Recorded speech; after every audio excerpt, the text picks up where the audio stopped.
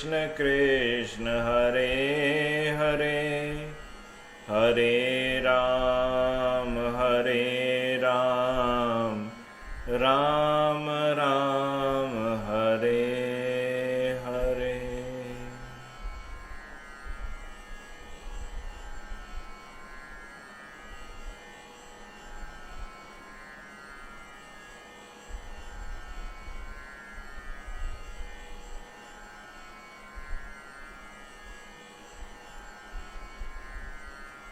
जय जय श्री राधे श्याम। रसिक शेखर रास रासेश्वर रस मंडलाधिपति,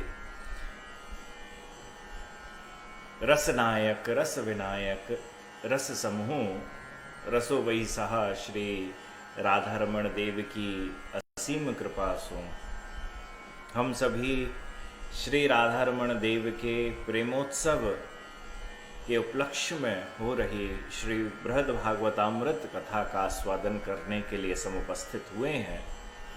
आज श्री बृहद भागवतामृत कथा का यह सप्तम दिवस, चतुर्थ दिवस है, क्षमा चाहूँगा।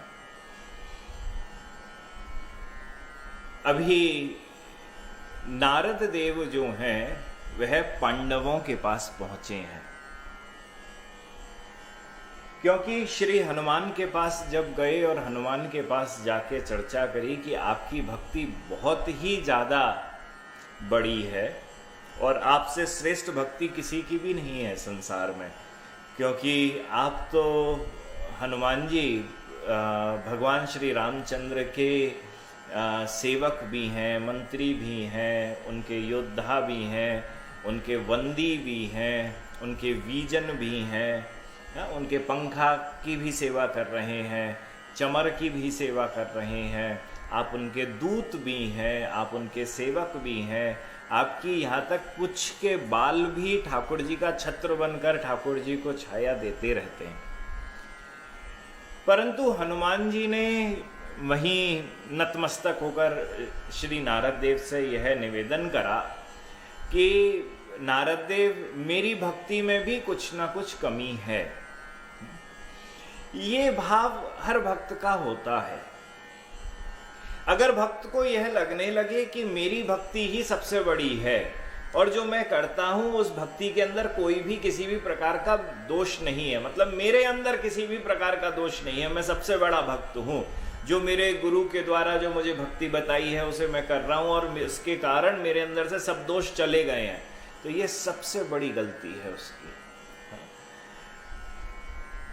यह हमेशा व्यक्ति देखता रहे, आत्मचिंतन उसका चलता रहे कि मेरे अंदर क्या क्या त्रुटियां हैं। तो वैसे हनुमान जी की भक्ति, दास्य भक्ति जो है संसार के अंदर सबसे बड़ी भक्ति कही गई है, परंतु उसके बावजूद भी श्री हनुमान जो है वह नारद देव से कह रहे हैं कि मेरी भक्ति के अंदर भी कहीं ना कुछ कमी है। और सबसे बड़ी कमी तो अब मैं यह समस्त संसार जानता है कि भगवान को अगर कोई सेवा पसंद आ जाए, किसी मालिक को अपने नौकर की सेवा पसंद आ जाए कि ये नौकर बड़ा अच्छा है, तो मालिक का कार्य होता है कि उस नौकर को कभी भी नहीं छोड़ता है, जीवन भर अपने संग रखता है। हाँ, बोले भाई इसके संग निपटी है, ये मेरी बात जानता है, ये जानता है कि मैं किस प्रकार से सेवा चाहता हूं। और यहां पर हनुमान कह रहे हैं कि मैंने सब प्रकार से सेवा करी, मेरी सेवा के चहुं ओर चर्चा है, परंतु उसके बाद जब भगवान श्री रामचंद्र साकेत धाम को वापस जाने लगे तो मुझको यहीं इसी पृथ्वी पर छोड़ गए। अगर मेरी सेवा इतनी अच्छी लगती थी तो मुझे यहां पर क्यों छोड़ के गए, मुझे यहां से लेके जाते। तो ऐसे कहते हुए उन्होंने बहुत सारे भावों से नारद देव से कहा कि मुझसे ज़्यादा अगर किसी में भक्ति है तो वह और किसी में भी नहीं, वह असली भक्ति जो है वह है पांडवों के पास, पांडवों के पास है। ये पांडव जो है वह सुहृत हैं, और वह भगवान के भी सुहृद हैं, और जो उन्हें शत्रु मान लेता है वह भगवान उसको अपना शत्रु मान लेते हैं। हाँ, तो यह वाली भावना जब पांडवों की चर्चा रही, तब नारद देव भागे भागे इंद्रपुरी में पहुंचे, और इस इंद्रप्रस्थ में पहुंचकर नारद देव ने पंच पांडवों को, द्रौपदी विराजित हैं, कुंती विराजित हैं, उन सबको जाकर नमन करा। नमन करने के बाद आपने, श्री नारद देव ने जो भूरी भूरी प्रशंसा सुनी हुई थी कि आप ही पांडवगण ऐसे हैं जिनके लिए भगवान सब कुछ करने के लिए तैयार हो जाते हैं, आपके दूत बन जाते हैं, सारथी बन जाते हैं। हाँ, आपके लिए तदभूरी भारक्ष पणाय पाप नाशेन धर्मस्य च रक्षणाय। कृष्ण कभी दूत बने, कभी सारथी बने, कभी भूभार हरण के लिए, पाप नाश के लिए, धर्म के संरक्षण के लिए आपके संग ही रहे। तो यह जब चर्चा हुई तो हो जाने के बाद पांडवगण बोलने लगे, राम राम राम राम राम। अथा क्षणम लज्जयेव मौनम कृतवात निस्वसन धर्मराजो ब्रवीण मात्र भात्र पत्नी भिरन्वितः। कि राजा परीक्षित कहते हैं अपनी माँ उत्तरा से कि तब एक क्षण के लिए मौन रहकर तथा लज्जा सहित एक लंबी सांस लेकर महाराज युधिष्ठिर अपनी माता, भाई और पत्नी के संग, हाँ, द्रौपदी जी के संग यह कहने लगे, वावदूक शिरोधार्य नैवास मासु कृपाहरे विचार्या भिक्षणम इस्माभिर जातु काप्य वर्धायते। युधिष्ठिर कहने लगे कि हे नारद, हम लोग बारंबार विचार करके भी अपने प्रति भगवान श्री कृष्ण की कभी भी किसी प्रकार से हमारे ऊपर कृपा हुई है उसको निश्चित नहीं कर पाए हैं।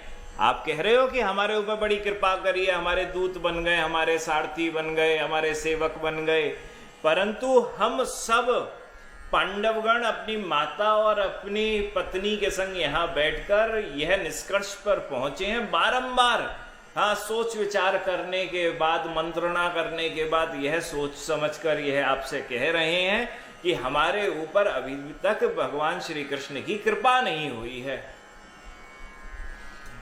आप बोलो कि उन्होंने हमारी विपत्तियों में बड़ी रक्षा करी थी, हाँ, बोले विषामहाग ने, हाँ, जैसे कुंती स्तुति के अंदर आता है, भीम ने विष खा लिया था, उसके बाद वह नीचे पाताल में पहुंच चुका था, नागलोक में पहुंच गया था, और उसके भगवान श्री कृष्ण ने वहां पर भी उसकी रक्षा करी थी। तो बोले कि प्राकृतानाम जनानाम ही माद्र गाप गणेक्षया कृष्ण भक्तौ प्रवर्तिश्च विश्वासश्च हृसदैव।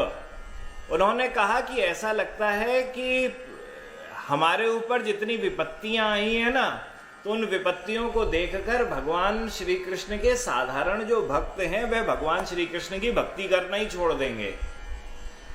क्यों?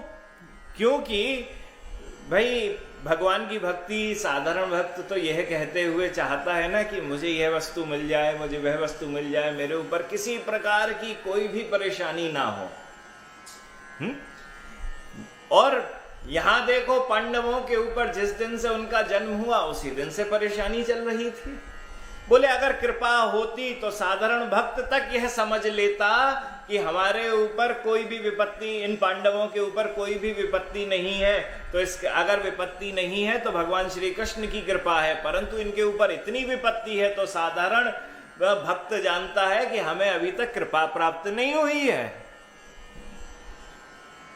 भाई ये हमारे यहाँ पर अनर्थ निवृत्तियों के अंदर ये उसकी चर्चा होती है, जिसमें अनैष्टिकी भक्ति जहाँ पर आती है।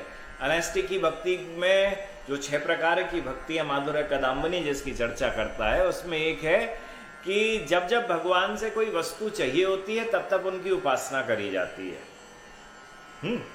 जैसे ही वह वस्तु मिल गई, राधे राधे करी, ठाकुर जी अब तुम अपने घर बैठो, हम अपने घर बैठे आनंद लें उस सुख का जो हमें आपकी भक्ति करके प्राप्त हुआ है। 99 का फिर बड़ा बुरा है। मैं तो वैसे तो हमेशा कहता ही था। मैं कल रात्रि की आपको बात बताऊं, प्रेमोत्सव चल रहा है, बड़े सारे लोग अपने अपनी सेवाएं वहाँ कर रहे हैं, तो किन्हीं सेवादार का वहाँ से हमारे पास सूचना प्राप्त हुई कि महाराज जी इनको 80,000 रुपये देने हैं। तो हमने कहा ठीक है, हम दिलवा देंगे। मैं रात्रि की बता रहा हूँ आपको, 12:30 बजे होंगे रात्रि को, कल रात्रि को, तो 12:30 बजे 80,000 के लिए हमारे पास सूचना प्राप्त हुई। हमने देखा, वहाँ पे हमने बोला कि अपने जो देखते करते हैं कि भाई जरा देख लेना। तो उन्होंने हमें बताया कि महाराज जी अभी 60,000 हैं, हाँ देने के लिए, हमारे पास तो 80 नहीं है। तो हमने कहा कोई बात नहीं, ठाकुर जी हैं, अपने आप दे देंगे। सुबह तक हुई तो 78,000 हुए, 5 बजे तक 78,000 हुए। उनका हमारे पास मैसेज आया, महाराज जी 78,000 हो गए। तो हमने उनसे मैसेज पे रिप्लाई करके उनसे कहा 2,000 ही तो हैं भाई, 80,000 मांगे थे, 60,000 12:30 बजे तक थे, सुबह 5 बजे तक 78 हो गए। मैंने 2,000 ही तो है, कोई परेशानी नहीं, ठाकुर जी देख लेंगे। हाँ, मैं अभी जब यहाँ कथा के लिए आ रहा था, क्योंकि मुझे संध्या को वहाँ उनसे मिलना था, तो मैं कथा के लिए आ रहा था तो उन व्यक्ति का मेरे पास फोन आया, बोले महाराज जी 90,000 हो गए हैं। हाँ भाई, किन्हीं भक्त ने कुछ सेवा करी हो या उन्होंने फिर से गिनती करी हो या कुछ भी उनके भाव रहे हो, उन्होंने कहा महाराज जी 90,000। मैंने कहा बताओ, 80 मांग रहे थे, रात के 12:30 बजे तक 60,000 थे, उसके बाद 78,000 हुए, और वो कहने लगे महाराज जी 2,000 भी अभी कम है। और मैंने एक बार मन में करा, अरे ठाकुर जी 80 कर दो तो क्या जाता है 2,000 होते तो 80,000 हो जाते। हाँ, जय राधे राधे भैया पधारे। तो 2,000 होते तो 80,000 हो जाते। तो अब ये मन की, फिर मैंने मन को अपना रोका, रोकने के बाद कही राम राम राम, फिर मैं 99 के फेर में पढ़ रहा हूँ कि 2,000 होते तो 80,000 हो जाते। ठाकुर जी तुझे देखनी हो तू देख लियो। तो यहाँ आते आते वो 90,000 हुए। तो हमने राधिका को बुलाया अभी, तो हमने कहा राधिका जी अब ये 99 का फेर है, आज सुबह 5:30 बजे हमको लगा था, और 2,000 हमने कही ठाकुर जी 2,000 ही कम है 2,000 ही कम है, देख लियो। फिर हमने कही ठाकुर जी 2,000 कम है, ऐसे से तो काम चले कौन है। फिर 99 के फेर में हमने अपने आप को रोक लिया, मैंने फिर फंसने वाले हो। हाँ, पर ठाकुर के घर हमेशा, हाँ देर हो सके अंधेर ना हो गए। 90 कर दिए। मैं करूं वाह, मैंने तो 2 मांगे थे, तूने 12 दे दिए। हाँ, मैंने 2,000 मांगे थे, तूने 12,000 दे दिए। हाँ, और फिर मैं यह सोचने लगा 22 मांगता तो कितने देते तो साधारण भक्त जो हैं, भगवान के संग भक्ति की शुरुआत साधारण भक्तों के अंदर तब होती है जब ठाकुर जी उनको देना शुरू करते हैं। तो यहां पर यह पांडवगण इस बात को कह रहे हैं कि साधारण भक्त अगर हमारे ऊपर आई हुई परेशानियों को देखें कि हमारे जीवन के अंदर कितनी सारी परेशानियां आई, हमें हाँ विष का पान दुर्योधन के द्वारा इतने सारे अत्याचार करे उसके ऊपर, उसके बाद हमें वनवास मिल गया 12 वर्ष का, 1 वर्ष का अज्ञातवास मिल गया, इस बीच में भी मारने का बहुत बार प्रयत्न करा गया, और करने के बाद भी हमने अपने श्री कृष्ण को दूत बनाकर वहां पे भेजा, दूत बनकर वहां पर पहुंचे, और पहुंचने के बाद भी उन दूत को बांधने का प्रयत्न करा गया, और दुर्योधन ने कह दिया सुई के बराबर भी स्थान नहीं दूंगा। कपट पूर्णतः से हमारा स्थान लिया गया, युद्ध के लिए चुनौती दी गई, युद्ध करा, हमारे कितने बंधु बांधव मरे, आज भी हम प्रसन्न नहीं है। हमारे अपने पुत्र मर चुके हैं। अगर साधारण भक्त इन सब चीजों को देखे कि पांडवों के ऊपर कितने सारे विघ्न आए, वह भक्ति करना छोड़ देंगे। भाई साधारण भक्त भक्ति करता है जब भगवान से कुछ मिल जाता है कि आज मुझे भगवान से यह मिला, आज मुझे भगवान से वह मिला। तो यहां तो साधारण भक्त अगर पांडवों को देखे, युधिष्ठिर महाराज कह रहे हैं कि कृष्ण भक्तौ प्रवृत्तिश्च विश्वासश्च हर्षै दिव। बोले हम कोई भी साधारण कृष्ण भक्त अगर कोई हो, वह हमारे ऊपर घट रही अशुभ घटनाओं को देख ले तो उसके बाद उनका श्रद्धा, उनकी प्रकृति और उनका विश्वास कि कृष्ण भक्ति करके सबकी रक्षा हो जाती है, कभी भी कुछ नहीं होता है। क्योंकि भगवान स्वयं कहते हैं न वासुदेव भक्ता नाम शुभम विद्यते क्वचित, कि श्री वासुदेव के भक्तों का कदापि अशुभ नहीं होता है। ये भगवान स्वयं, ये शास्त्र प्रमाण है कि भगवान श्री कृष्ण के भक्तों का कभी अशुभ नहीं होता है। साधारण भक्त तो समझ लेता है, इसका अर्थ ये है कि लक्ष्मी वक्ष्मी आती रहेगी, जरा व्याधि शरीर पर लगेगी नहीं, कोई रोग होगा नहीं, किसी प्रकार का कुछ दुख नहीं होना है। परंतु इसका आध्यात्मिक अर्थ यह है कि जीवन में कभी यमराज उसके पास नहीं आएंगे, वह कभी नरक नहीं भोगेगा। हाँ, वैष्णव का सर्वप्रथम गुण जो है कि दीक्षा प्राप्त करने के बाद उसके जीवन में उसे क्या मिल जाता है। सिर्फ दीक्षा प्राप्त करी, उसके बाद उसे क्या मिल गया? तो कहा गया कि उसे कभी नरक का भोग नहीं करना पड़ता, वह कभी भी जीवन के अंदर यमदूतों, यमराज, यम पाश पे कभी भी नहीं जाता और ना कभी बंधता है। और वह उसकी मृत्यु होती है तो उसे वैकुंठ की प्राप्ति होती है, उसे विष्णु लोक की प्राप्ति होती है। देवदूत आते हैं उसके लिए कि भैया तुम तो स्पेशल आदमी हो, हाँ तुम भगवान के भक्त हो, तो उस तुम्हें लेने के लिए हम स्वयं आए हैं। यमराज नहीं पहुंचेगा। ये दीक्षा मिलने का सर्वप्रथम उसके जीवन में गुण आ जाता है, तो वह उसके जीवन में कोई अशुभ नहीं होता। मतलब उसका जीवन अगर देखा जाए, यह तो एक मानव का जीवन है और एक आत्मा का जीवन है। तो आध्यात्मिक तौर पर आत्मा के जीवन का कभी भी अशुभ नहीं होता। नहीं तो आत्मा यात्राएं करती रहती है, एक स्थान से दूसरे स्थान पर भटकती रहती है, एक योनि से दूसरी योनियों में जो जाती रहती है, पर वो कहते हैं कि उसकी आत्मा का कभी भी कोई विनाश नहीं होता, कोई अशुभ नहीं है। सो उसके बाद नारद देव बोले, क्या भगवान आप आनंद ले रहे हैं? आप तो इतने सारे राजसूय यज्ञ करवाए और राजसूय यज्ञ में भगवान श्री कृष्ण आपके द्वारपाल बन के चप्पल उठाने वाले बने हुए थे। हाँ, तो बोले अरे आप क्या आनंद ले रहे हैं? हाँ, भगवान के राजसूय यज्ञ इस वजह से करवाए क्योंकि महाभारत हो जाने के बाद वे द्वारका चले गए। द्वारका चले गए तो हम सब भाई पांडव बैठे और पांडवों ने बोली कि भगवान तो चले गए हमें छोड़ के, यहाँ पे महाभारत हुई, वहां पे भगवान बोले मैं तो अपने घर जा रहा हूं। तो अब भगवान को बार बार घर से कैसे बुलाएं? तो हम जानबूझकर अपने यहाँ पर राजसूय यज्ञ करते हैं। हम बारंबार राजसूय यज्ञ करते हैं, भगवान को आमंत्रित करते हैं, भगवान आप ही यज्ञों के अधिष्ठाता हैं, हाँ आप आइए, आप यज्ञों को पूरा करिए।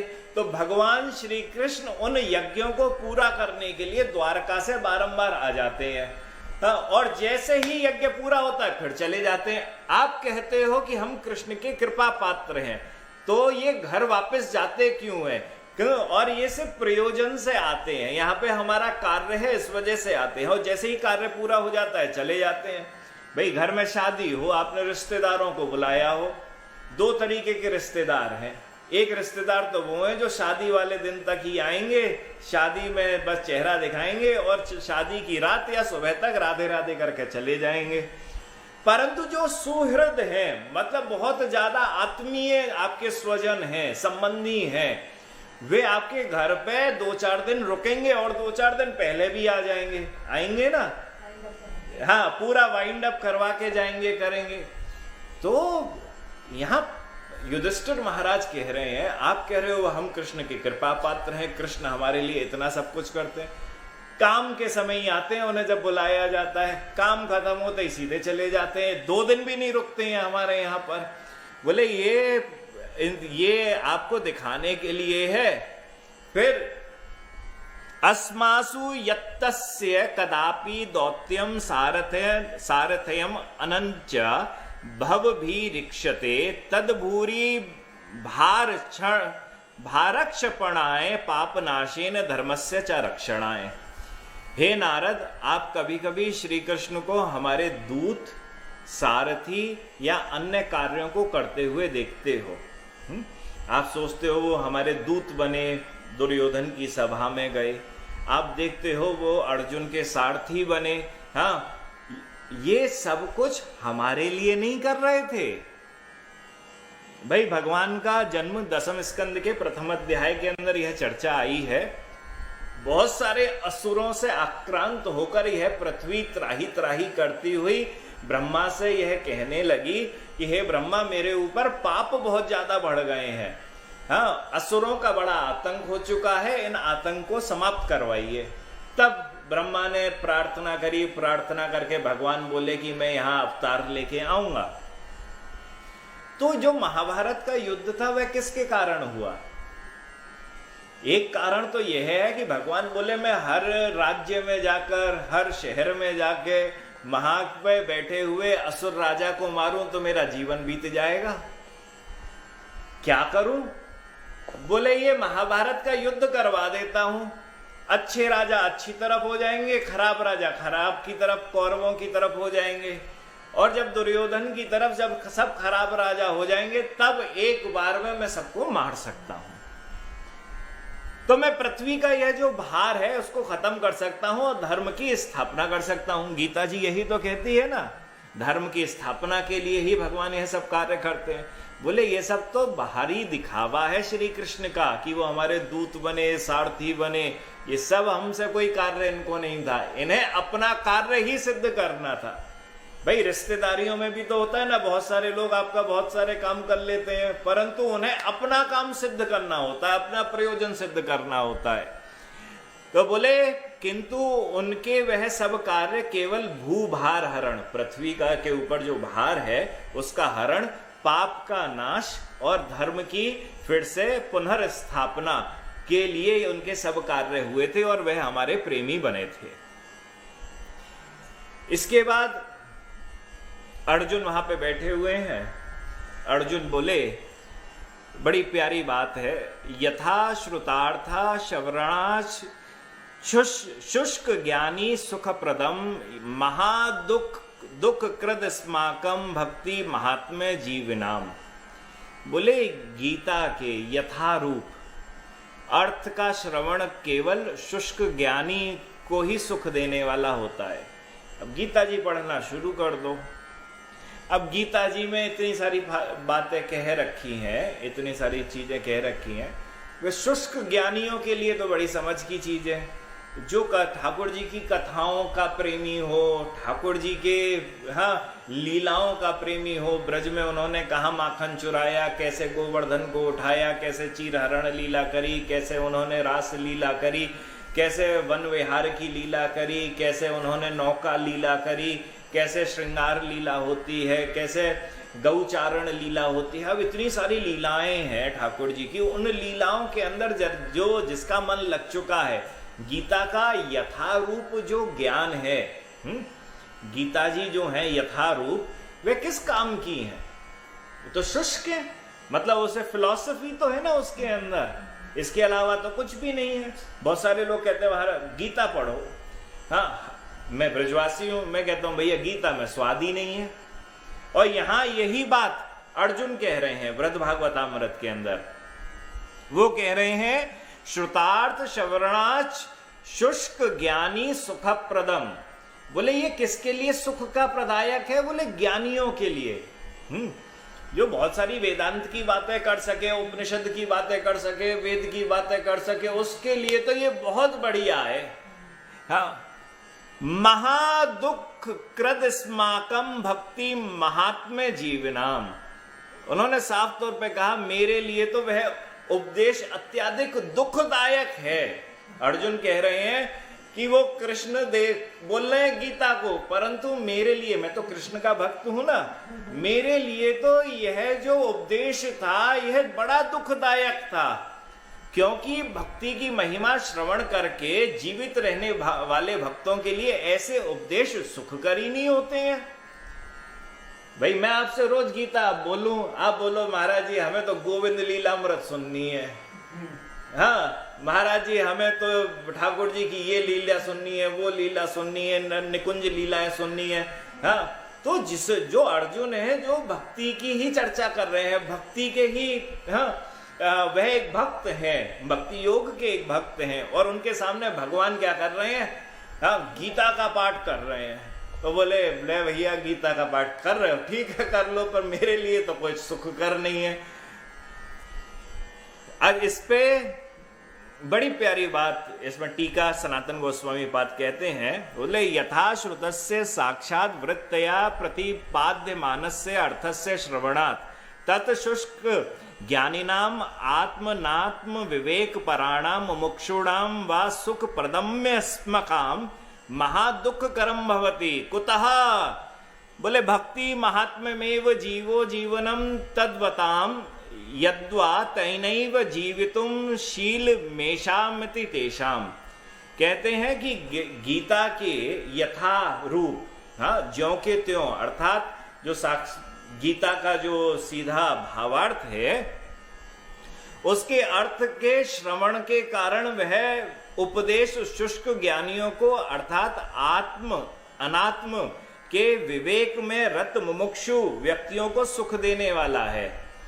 जो आत्मा अनात्मा के विवेक में रत मुमुक्षु हैं, मतलब जिज्ञासु हैं, हाँ ये आत्मा क्या करती है, अनात्मा होके क्या होता है, हाँ इन सब में योगों की चर्चा में मुमुक्षु व्यक्तियों को सुख देने वाला है। किंतु मेरे जैसे भक्ति में आसक्त व्यक्ति को, अर्जुन को के लिए अत्यधिक दुखदायक है। हाँ कुतः, क्यों? क्योंकि भक्ति का महात्म्य श्रवण करना ही हमारा जीवन है। भक्त का जीवन क्या होता है? वेदांत की शुष्क बातों को ना सुनकर भक्ति की महिमा की, हाँ भक्तों की महिमा की बातों को सुनना ही हमारे लिए एकमात्र हमारा जीवन है। तो उस गीता के उपदेश को नहीं सुनना चाहिए, परंतु ठाकुर जी ने मुझको सुना दिया। तात्पर्य विचारेण कृतिनापि न तत्सुखम। उन उपदेशों का तात्पर्य विचार करने पर भी वे उपदेश हमें तनिक भी सुख प्रदान नहीं करते हैं। अब सुना दिया अर्जुन को गीता, तो अर्जुन कहता है कि सुना दिया। कभी कभी ऐसा होता है ना, जैसे आप हैं, कथा आज करी, पर महीने भर तक आपने उस कथा का मंथन करा, और मंथन करने के बाद महाराज जी अब प्रश्न हुआ है, 1 महीने के बाद आपने लेके फोन किया। तो यहां पर अर्जुन कह रहा है गीता करे हुए बहुत समय हो चुका है और मैंने रोज उसका मंथन करा है, और रोज मंथन करने के बाद भी तात्पर्य विचारेण, बोले उसके तात्पर्य भगवान ने कहा क्या, समझूं तो सही, ये वाला अर्थ लगाऊं, वो वाला अर्थ लगाऊं, वो वाला अर्थ लगाऊं, ये करूं, मैंने सब प्रकार के अर्थ लगा लिए उसके ऊपर। उसके बाद भी उनके उपदेशों से हमें तनिक भी सुख नहीं मिला गीता जी के, बल्कि वे हमें कृष्ण की वंचना, मतलब उनकी धूर्तता का ही बोध कराते हैं कि ठाकुर जी बड़े धूर्त हैं। इस पे बड़ी प्यारी बात कही कि अर्थात गीता के तात्पर्य का अर्थ विचार करने पर भी वह उपदेश अर्जुन आदि के लिए सुख का कारण नहीं होते, बल्कि श्री कृष्ण की वंचना, हाँ धूर्तता का ही बोध करा रहे हैं। तो इस पे कह रहे हैं मेरे भगवान कि देखो उसका एक अर्थ जो है वह भक्ति रूप में भी लगता है, क्या कहते हैं गीता का, परंतु इस पे बड़ी प्यारी उन्होंने टीका करते हुए सनातन गोस्वामी पाद ने कहा कि ये जो भगवान है ना ये बहुत चालाक हैं। बोले तत्रापि साक्षात परोक्षतया प्रकृष्टेण सख्यादीना प्राप्तान व्यवहितात अतस्तस्य तथात्वं मम चा तस्मिन्नेव परम विश्वास दन्यत किमपि साध्यम तम विना न संभवति तादृशोपदेशो वैयर्थ्यापत्या प्रतारण एव पर्यवस्यति तच्चा भीष्म द्रोणादि घातनार्थमिति साधुक्तम श्री युधिष्ठिरेण तद भूमि भार छपड़ा येति भावा। उन्होंने बड़ी प्यारी बात कही कि गीता जी का उन्होंने उपदेश दिया, उसके पीछे का मूल कारण आपको मालूम है नारद? अर्जुन कहते हैं इस बात को, बोले प्रॉब्लम क्या थी गीता जी बोलने से पहले, असली प्रॉब्लम क्या थी? महाभारत का युद्ध होना था, शत्रु पक्ष में कौरव आदि सब खड़े हुए थे, पर मुझे सबसे ज्यादा प्रॉब्लम जो हो रही थी वो ये हो रही थी कि मेरे सामने भीष्म द्रोण आदि खड़े हुए हैं, गुरु खड़े हुए हैं। हाँ, भीष्म में बड़ी प्रिय निकट संबंध है उनका। हाँ, तो बोले उनके संग मेरी ज्यादा प्रियता है और मैं उनकी प्रियता मतलब मेरी जो प्रियता उन लोगों के संग है उसके कारण मैं युद्ध नहीं करना चाह रहा था। वे किसके कारण युद्ध नहीं करना चाह रहे? बुरे बुरे खड़े हुए थे, 100 पांडव, वो 100 कौरव खड़े हुए थे, कोई परेशानी नहीं, एक बार को युद्ध कर लेते अर्जुन। परंतु सबसे बड़ी परेशानी क्या थी? वहां पे भीष्म द्रोण आदि खड़े हुए थे जिसके कारण वह युद्ध नहीं कर सकते थे। भाई गुरुवर को कैसे मारो, पितामह को कैसे मारे, यही तो असली परेशानी थी। तो कहा कि उन्होंने जो गीता सुनाई, परंतु वह उपदेश केवल भीष्म द्रोण आदि के वध के लिए ही मुझको प्रदान किया गया था। वो जो पूरी गीता सुनाई थी, वह गीता किस वजह से सुनाई थी? वो इस वजह से सुनाई थी कि मैं धनुष और बाण उठा के भीष्म को भी मार दूं और द्रोण को भी मार दूं। अतएव युधिष्ठिर ने कहा है, पृथ्वी के भार का हरण करना तथा पाप नाश के द्वारा धर्म संरक्षण करना ही उनके ऐसे आचरण का उद्देश्य है। ऐसे बिल्कुल सत्य समझना चाहिए। भगवान को तो मारना है ना, और जिन जिन को मारना है भगवान ने सोच लिया है। अब अर्जुन उनका कार्य करने वाला था, अर्जुन ने बोल दिया मैं तो नहीं करूंगा। तो भगवान ने गीता इतनी सुनाई, क्यों सुनाई? अपना ही कार्य अर्जुन से करवाना चाहते थे।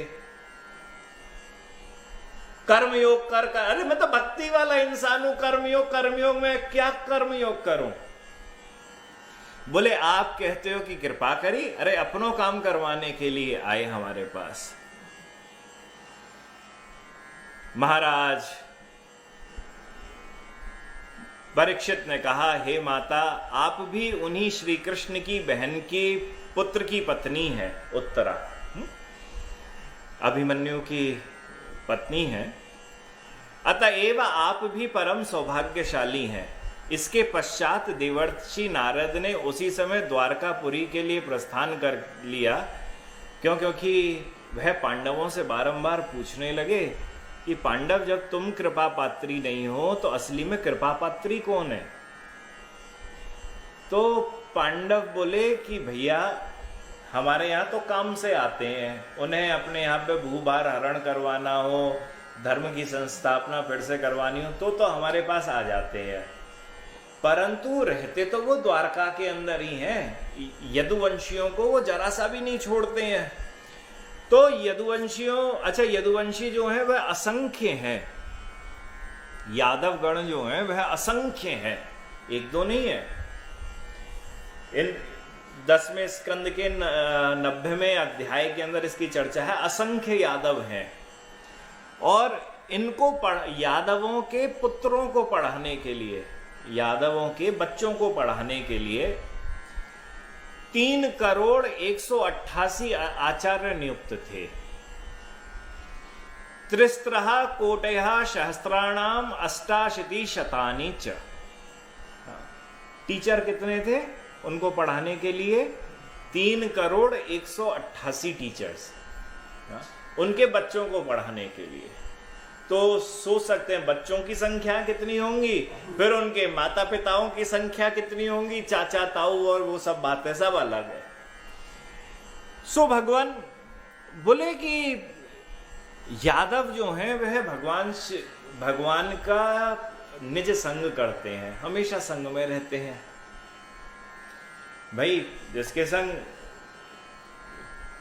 प्रेम है उसका संग पूरा समय बीत रहा है। यादवों के पास जो दुर्लभ कृष्ण कृपा है कि यादवों को हमेशा भगवान श्री कृष्ण का संग प्राप्त हो रहा है।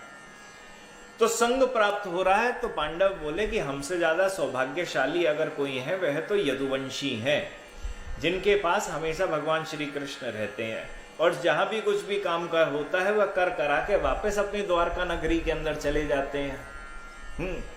जैसे ही इस बात को सुना तो सुनने के बाद नारद देव बोले बात तो बिल्कुल सही कही है, बात तो बिल्कुल सही है, ये तो 100% की बात है कि ठाकुर जी कुछ भी काम हो गए वापस चले जाते हैं द्वारका नगरी। बोले मैं भी फिर द्वारका जाता हूँ और वहाँ के जितने भी यदुवंशी हैं मैं उनको जाके उनकी भूरी भूरी प्रशंसा करके उनके चरणों की रज को अपने मस्तक पर लगाऊंगा, क्योंकि उनसे बड़ा कृष्ण कृपा का पात्र और कोई नहीं है।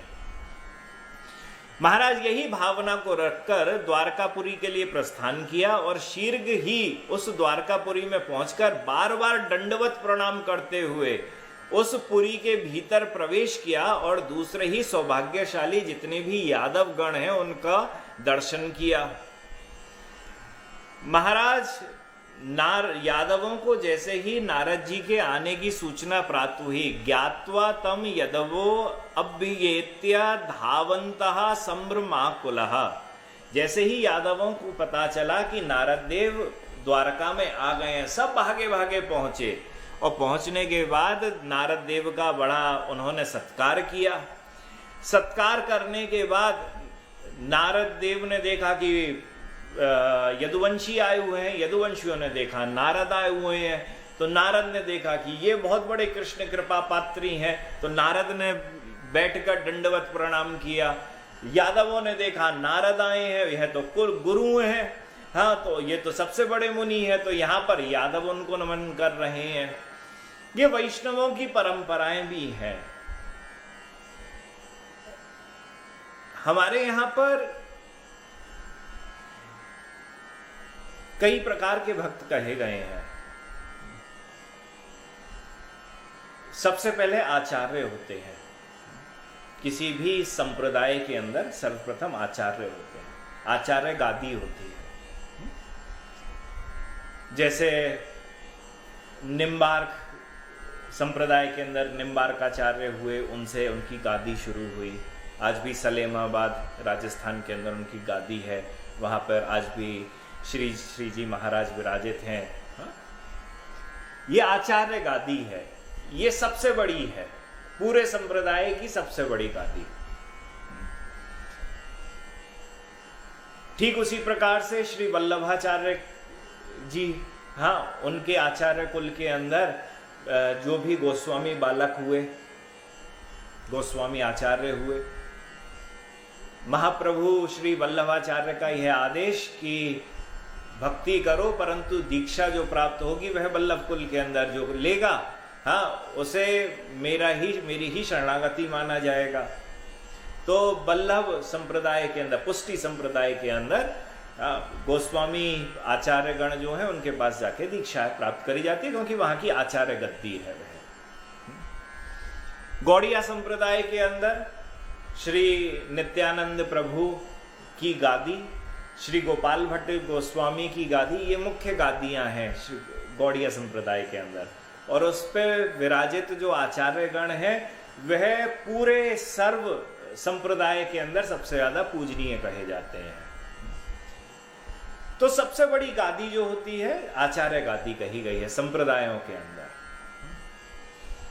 इसके बाद फिर सिद्ध महात्मा रसिक जन आते हैं, जिन्होंने उन्हीं आचार्य गादी की शरण प्राप्त करके किसी न किसी एक परंपरा के अंदर वह भजन करते हुए सिद्ध कोटि को प्राप्त हुए।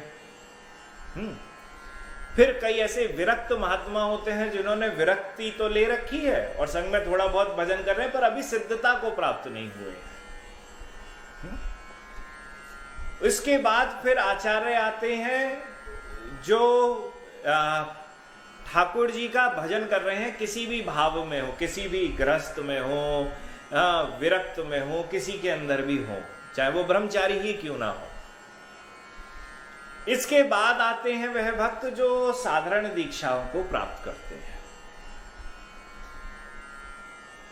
जो भक्त बनकर थोड़ा जो भी कर रहे हैं। तो हमारे यहाँ जो सनातनी वैदिक रीति है उसमें सर्वप्रथम जो सबसे ऊपर होते हैं वो हेडमास्टर, हाँ, वो हुए आचार्य गादी। हाँ, वो जो भी आचार्य गादी जिस संप्रदाय के अंदर हुई वे सर्वप्रथम पूजनीय है। बड़े से बड़े सिद्ध महात्मा होंगे, बड़े से बड़े और बाकी के लोग होंगे, उन सबके लिए आचार्य गादी सबसे बड़ी पूजनीय होती है। इसके बाद सिद्ध महात्मा पूजनीय है, फिर महात्मा पूजनीय है, इसके बाद फिर गृहस्थ हो, ब्रह्मचारी हो, कोई हो, जो भी अच्छा भजन करते हो वह पूजनीय है। तो जब नमन करा जाता है, जो पुरानी परंपराओं के आधार पर मैं आपको इस बात को कह सकता हूं, तो उस नमन भी उसी भाव से करा जाता है। कई बार ऐसा होता है कि हम आचार्य गादी को कम, जब नए नए भक्त आते हैं वे आचार्य गादी को छोटा समझ लेते हैं। कई सारे भक्त आते हैं जो आचार्य को बहुत बड़ा समझ लेते हैं परंतु सिद्ध संत को कम समझ लेते हैं। ऐसा कभी भी भाव नहीं रखना चाहिए। अब इसमें कौन किसको नमन कर सकता है? आचार्य अगर अपने आचार्यत्व को लेके, वैसे तो हमेशा ही रहते हैं, गादी को लेके हमेशा चलते रहते हैं। अभी कुछ वर्ष पूर्व एक ऐसी वस्तु आई कि शंकराचार्य जी के प्रतिनिधि के रूप में पद्मनाभन मंदिर के अंदर एक उत्सव आयोजित हुआ। तो उत्सव आयोजित हुआ तो उसके अंदर शंकराचार्य जी के को भी बुलाया गया। तो शंकराचार्य जी को बुलाया गया, नहीं, शंकराचार्य श्री माध्व संप्रदाय के आचार्य जो हैं उनको बुलाया गया, परंतु वहां बुलाने के बाद उनके लिए वहां पर कोई भी कुर्सी या जगह बैठने की जो होती है वह नहीं रखी गई। तो वह तो अपमान हुआ। आपने बुलाया तो जरूर परंतु वहां पर बैठने का कुछ भी स्थान नहीं दिया। तो वहां संप्रदाय आचार्य जो थे वे वहां पर पहुंचे। पहुंचने के बाद उन्होंने देखा कि यह हमारे यहाँ पर बैठने का कुछ भी स्थान नहीं है। वे वहां से सीधे ही वापस चले गए बिना कुछ कहे। अब इसमें दो बात आती है, वैष्णव है कहीं भी बैठ सकते थे, क्या दिखावा करना था क्योंकि हमें बैठने का स्थान नहीं दिया, बाकी की कुर्सियां पड़ी वहां पे बैठ जाते। नहीं, आपने किसको बुलाया है? आप किसी भी व्यक्ति को बुलाओ और राष्ट्रपति को बुलाओ। राष्ट्रपति जब प्रतिनिधित्व करता है तो पूरे राष्ट्र का करता है, हाँ, और अगर उसका अपमान उस जगह पर कहीं पर हो रहा है तो वह उसका अपमान नहीं है, पूरे राष्ट्र का अपमान है। ठीक उसी प्रकार से आपने किन्हीं आचार्य को अपने यहां पर बुलाया और यथोचित वहां पर उनको सत्कार नहीं दिया तो यह उन आचार्य का अपमान नहीं है, अपितु पूरे के पूरे संप्रदाय का अपमान है। तो उस भावना को धारण करके वे वहां से चले गए। तो यही भावना, हाँ, हमारे यहां पर किसको नमन, सबसे ऊपर कौन है, उच्चतम उस पे कौन है? वह आचार्य गादी। आचार्य गादी के बाद सिद्ध महात्मा गण, फिर महात्मा गण, हाँ, फिर जो भी प्रधान भक्त हैं जो नैष्ठिक भक्ति कर रहे हैं। नैष्ठिक भक्ति करने के बाद फिर आगे सामान्य आदि जितने भी भक्त हैं वह सब उसके अंदर आते। तो सामान्य भक्त को नमन कर सकता है। आचार्य भी अगर आचार्य अपना मतलब प्रतिनिधित्व नहीं करे अपने संप्रदाय का और अपनी ही भाव में रहता हुआ एकल भक्ति करता हुआ उसे अगर कोई प्राप्त हो वह उसको नमन कर सकता है, परंतु वह अगर अपना संप्रदाय का प्रतिनिधित्व कर रहा है तो वह दूसरे भक्त को नमन नहीं करेगा। हाँ, क्योंकि वह अपने उस संप्रदाय का प्रतिनिधित्व कर रहा है। तो यहां पर वैष्णवों को अपने आप को नीचे मानकर दूसरे भक्त को ऊपर मानकर प्रणाम करना चाहिए। यादव अपने को नीचे मान रहे हैं, वह नारद देव को प्रणाम कर रहे हैं। नारद देव जो स्वयं में महाराज संप्रदाय के को शुरू करने वाले फाउंडर हैं, हाँ, वह नारद देव जिनके द्वारा भक्ति का प्रचार चहुओं ओर होता है, वह नारद देव यादवों के कृष्ण के कृपा पात्री मानकर, उनको अपने से बड़ा मानकर वो उनको दंडवत कर रहे हैं। सो दोनों ने आपस में एक दूसरे को दंडवत करा। महादिव्यासने दतेनु पविष्टम तदिक्षया भूमा वे वोप वेश्यामुम परितः स्वयं आसत। बोले नारद जी को यादवों ने हाथ पकड़ा और हाथ पकड़ के आसन पर बैठाने लगे, किंतु श्री नारद देव उस दिव्य आसन पर नहीं बैठे, बल्कि स्वेच्छा से भूमि पर बैठ गए। बोले कि ये तो मुझसे ज्यादा कृष्ण कृपा प्राप्ति है, तो मैं इनके सामने आसन पर कैसे बैठ सकता हूं, मैं तो इनकी चरण रज लेने के लिए आया हूं। तो जाके उनके वहां नीचे भूमि पर बैठ गए। उनको भूमि पर बैठा हुआ देखकर सभी यादवगण जो भी थे वह भी भूमि पर बैठ गए। जब संत मिलन हो, ये आप देखोगे संतों के बीच में, साधुओं के बीच में आपस में जब मिलते हैं ना, तो ये एक दूसरे को दंडवत प्रणाम। कोई भी फिर गादी पे ऊपर नहीं बैठेगा अपने उस पे, हाँ, दोनों एक साधु चाहेगा कि ये हमसे बड़े हैं, उनको दंडवत करते हुए आप आसन पे बैठो, सामने वाला साधु कहेगा आप बड़े हो, आप गादी पे बैठो, और दोनों जमीन पे बैठ जाएंगे और फिर कृष्ण कथा होती है। यही सबकी रीति है। अविरक्त महात्मा हो जिसको भी देखो वह भी यही सब करते कर आते हैं। तब महाराज नारद जी बोले कि हे यादवों, मैं आपको बारंबार प्रणाम करता हूं। आप लोग श्री कृष्ण के साथ उनका दर्शन स्पर्शन, देखो सबसे पहली चीज यहां पे कहा, ये शाम दर्शन संभाषा स्पर्श अनुगमन आसन ही। यहां बड़ी प्यारी बात कही है। सबसे पहले भक्त के लिए जीवन में क्या चाहिए होता है, ठाकुर जी की दिख तो जाए, दर्शन तो हो जाए, इतनी भक्ति करी दिखे तो सही। तो बोले यहां नारद जी कहते हैं आपको तो दर्शन भी मिलते हैं, हाँ यादव, हे यदुवंशियों, आपको तो दर्शन भी मिलते हैं, आपको स्पर्शन भी मिलता है। भाई दर्शन मिलने के बाद उनका चरण ठाकुर जी का छू लो, कर लो, स्पर्शन भी मिल रहा है। फिर संभाषण, आप बात भी कर सकते हो उनसे। भाई ये दुर्लभ बातें हैं ना, किसी भक्त को भक्ति करे, भक्ति करते हुए पहले ठाकुर जी आए, दर्शन हो जाए आंखों के सामने, उसके बाद ठाकुर जी अपने चरण छूने दें। क्या पता छूने दें नहीं छूने दें, स्वप्न में आए, साक्षात आए, आने के बाद भी मूर्ति रूप में आए हैं कि प्रकाश रूप में आए हैं। प्रकाश रूप में आए हैं तो उनके चरण छू नहीं सकते हो। साक्षात रूप में आए हैं तो उनके चरण भी छू सकते हो, चरण छू के भी चले गए। हाँ, पर यहां तो बातचीत हो रही है, संभाषण भी हो रहा है।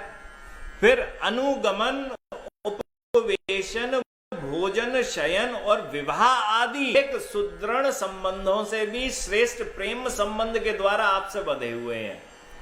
हाँ, आपके संग तो उनका दैहिक संबंध है।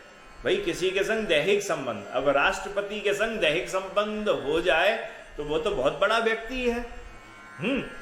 तो यहां भगवान श्री कृष्ण के लिए कहा जा रहा है कि आप यहाँ यदुवंशियों के उस कृपा की बात हो रही है कि आपके संग तो दैहिक संबंध है। तो और इसके कारण से ठाकुर जी भोजन भी आपके संग ही कर रहे हैं, शयन भी आपके संग कर रहे हैं, आजा भी आपके संग रहे हैं, बात भी आपके संग कर रहे हैं। इसलिए श्री कृष्ण वैकुंठ वास को भूलकर कि मुझे वापस वैकुंठ में जाना है, इस बात को भूलकर निरंतर विविध प्रकार के विलास के साथ अपनी भक्ति का विस्तार करते हुए आप लोगों को अनिवर्चनीय सुख प्रदान कर रहे हैं।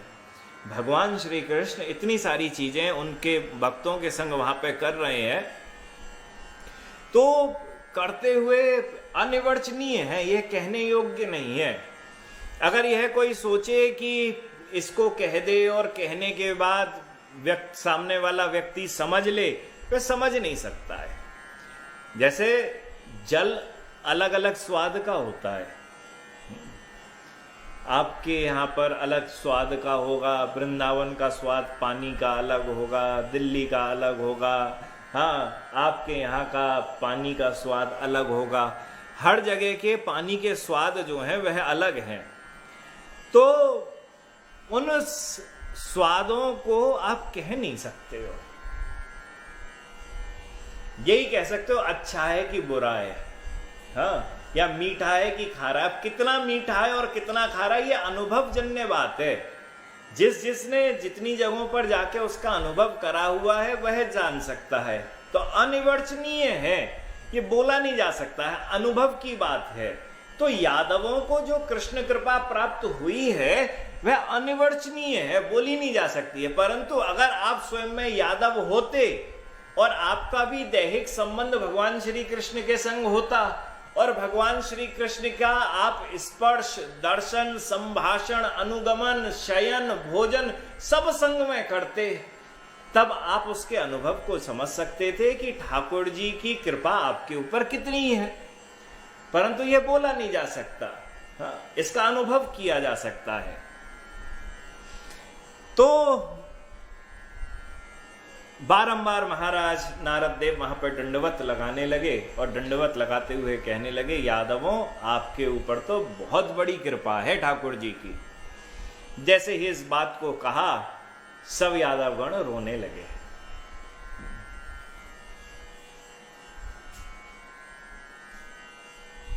सभी यादवगण वहां पर लज्जित हो गए। शूरसेन जो वहां पे विराजित थे, द्वारका के जो राजा हैं, वह सब के सब बैठकर एक ही बात कहने लगे कि हे नारद, किंतवस्मा उद्धवः श्रीमान परम अनुग्रहस्पादम यादवेंद्रस्य यो मंत्री शिष्यो भृत्य प्रियो महान। हे नारद, यह सब सत्य है जो आपने कहा है, सब कुछ सत्य है जो आपने कहा है, किंतु ये सब हम सब यादवों ने बैठकर बातचीत कर ली है कि किसके पास सबसे ज्यादा कृपा श्री कृष्ण की है। बोले किंतु हम सब में श्री उद्धव ही यादवेंद्र श्री कृष्ण के परम कृपा पात्र हैं। वे उनके मंत्री हैं, शिष्य हैं, सेवक हैं और उनके अत्यंत प्रिय हैं।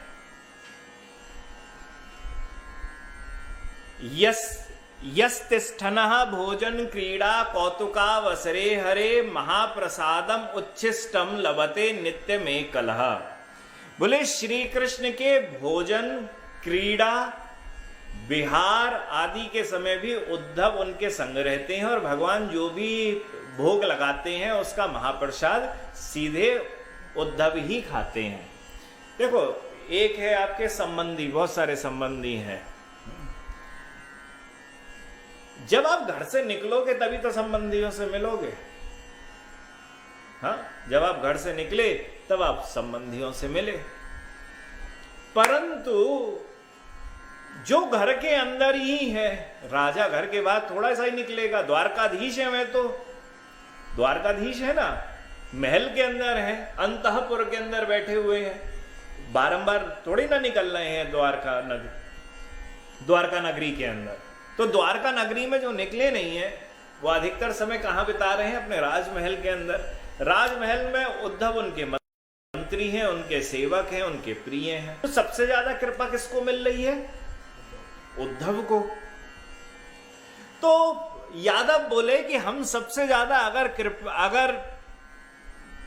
कृपा अगर किसी के ऊपर है तो वह उद्धव के पास है। और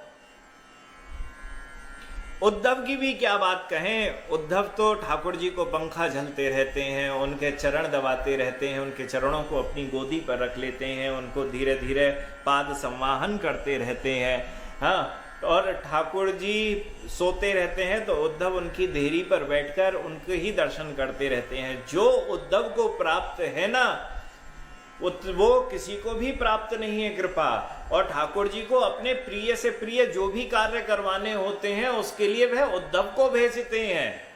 हाँ, हम में से किसी को भी कुछ नहीं कहते हैं। जैसे ही उद्धव की इस भावना को सुना नारद ने, नारद एकदम उनके अंदर अष्ट विकार उत्पन्न हो गए। हाँ, रोने लगे, रोमांच हो गया। कहा, भूमौ क्वापि स्खलति पतति क्वापि तिष्ठ अत्यचेष्टः क्वाप्ययन्तु क्वाप्ययु क्वाप्य उत्कंपन भजति लुठति क्वापि योधित अर्थार्थः क्वाप्याक्रोश पलुति भी रयते गायते क्वापि नृत्यं सर्वं क्वापि श्रयति युगपत प्रेम संपत्ति विकारम।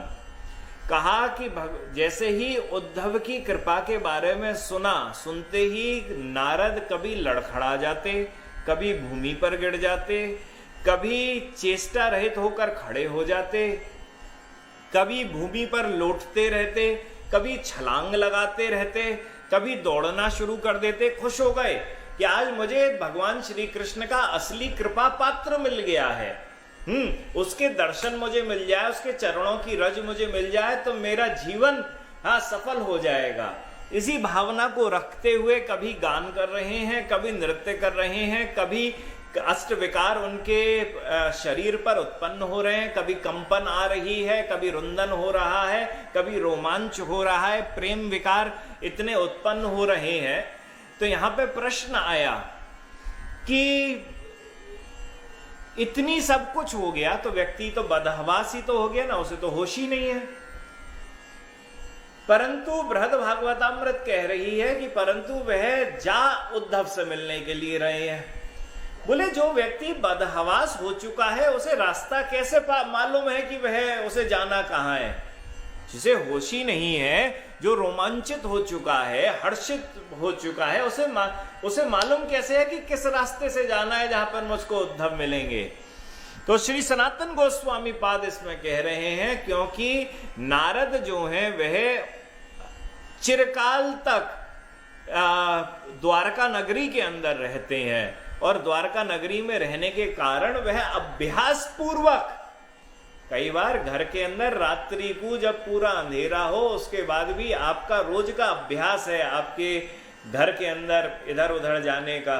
हाँ, कई बार अभ्यास पूर्वक अंधेरा होने पर भी आप जानते हो यहाँ पे सोफा है, यहाँ पे कुर्सी है, यहाँ पे टेबल है, यहाँ पर ये चीज रखी है, यहाँ पे इसका दरवाजा है, आप आ जा सकते हो ना। ठीक उसी प्रकार से हजारों वर्षों तक से महाराज नारद जो हैं वह द्वारका नगरी के अंदर ही रहते हैं। तो बदहवास हो चुके हैं, हाँ, होश नहीं है, परंतु उसके बाद भी अभ्यास होने के कारण उस द्वारका नगरी में कौन सी रोड कहां जाती है, गूगल मैप की जरूरत नहीं है। हाँ, ठाकुर जी को बिल्कुल मालूम है, वो नारद देव को मालूम है मुझे कहां जाना है, कैसे जाना है और कौन से रास्ते से जाना है। ये इस बात का पूर्व अभ्यास होने के कारण हाँ, रोमांचित अवस्था में वह उद्धव से मिलने के लिए जा रहे हैं। महाराज जैसे ही जाने लगे तो जाते हुए उद्धव अंतःपुर में पहुंचे। वहां पर जाके पूछा कि उद्धव जी कहाँ है, उद्धव जी कहाँ है। तो बोले कि भैया उद्धव रहते तो श्री कृष्ण के पास ही है, अगर आपको उद्धव से मिलना है तो श्री कृष्ण के पास जाओ। महाराज श्री कृष्ण के पास जाने लगे।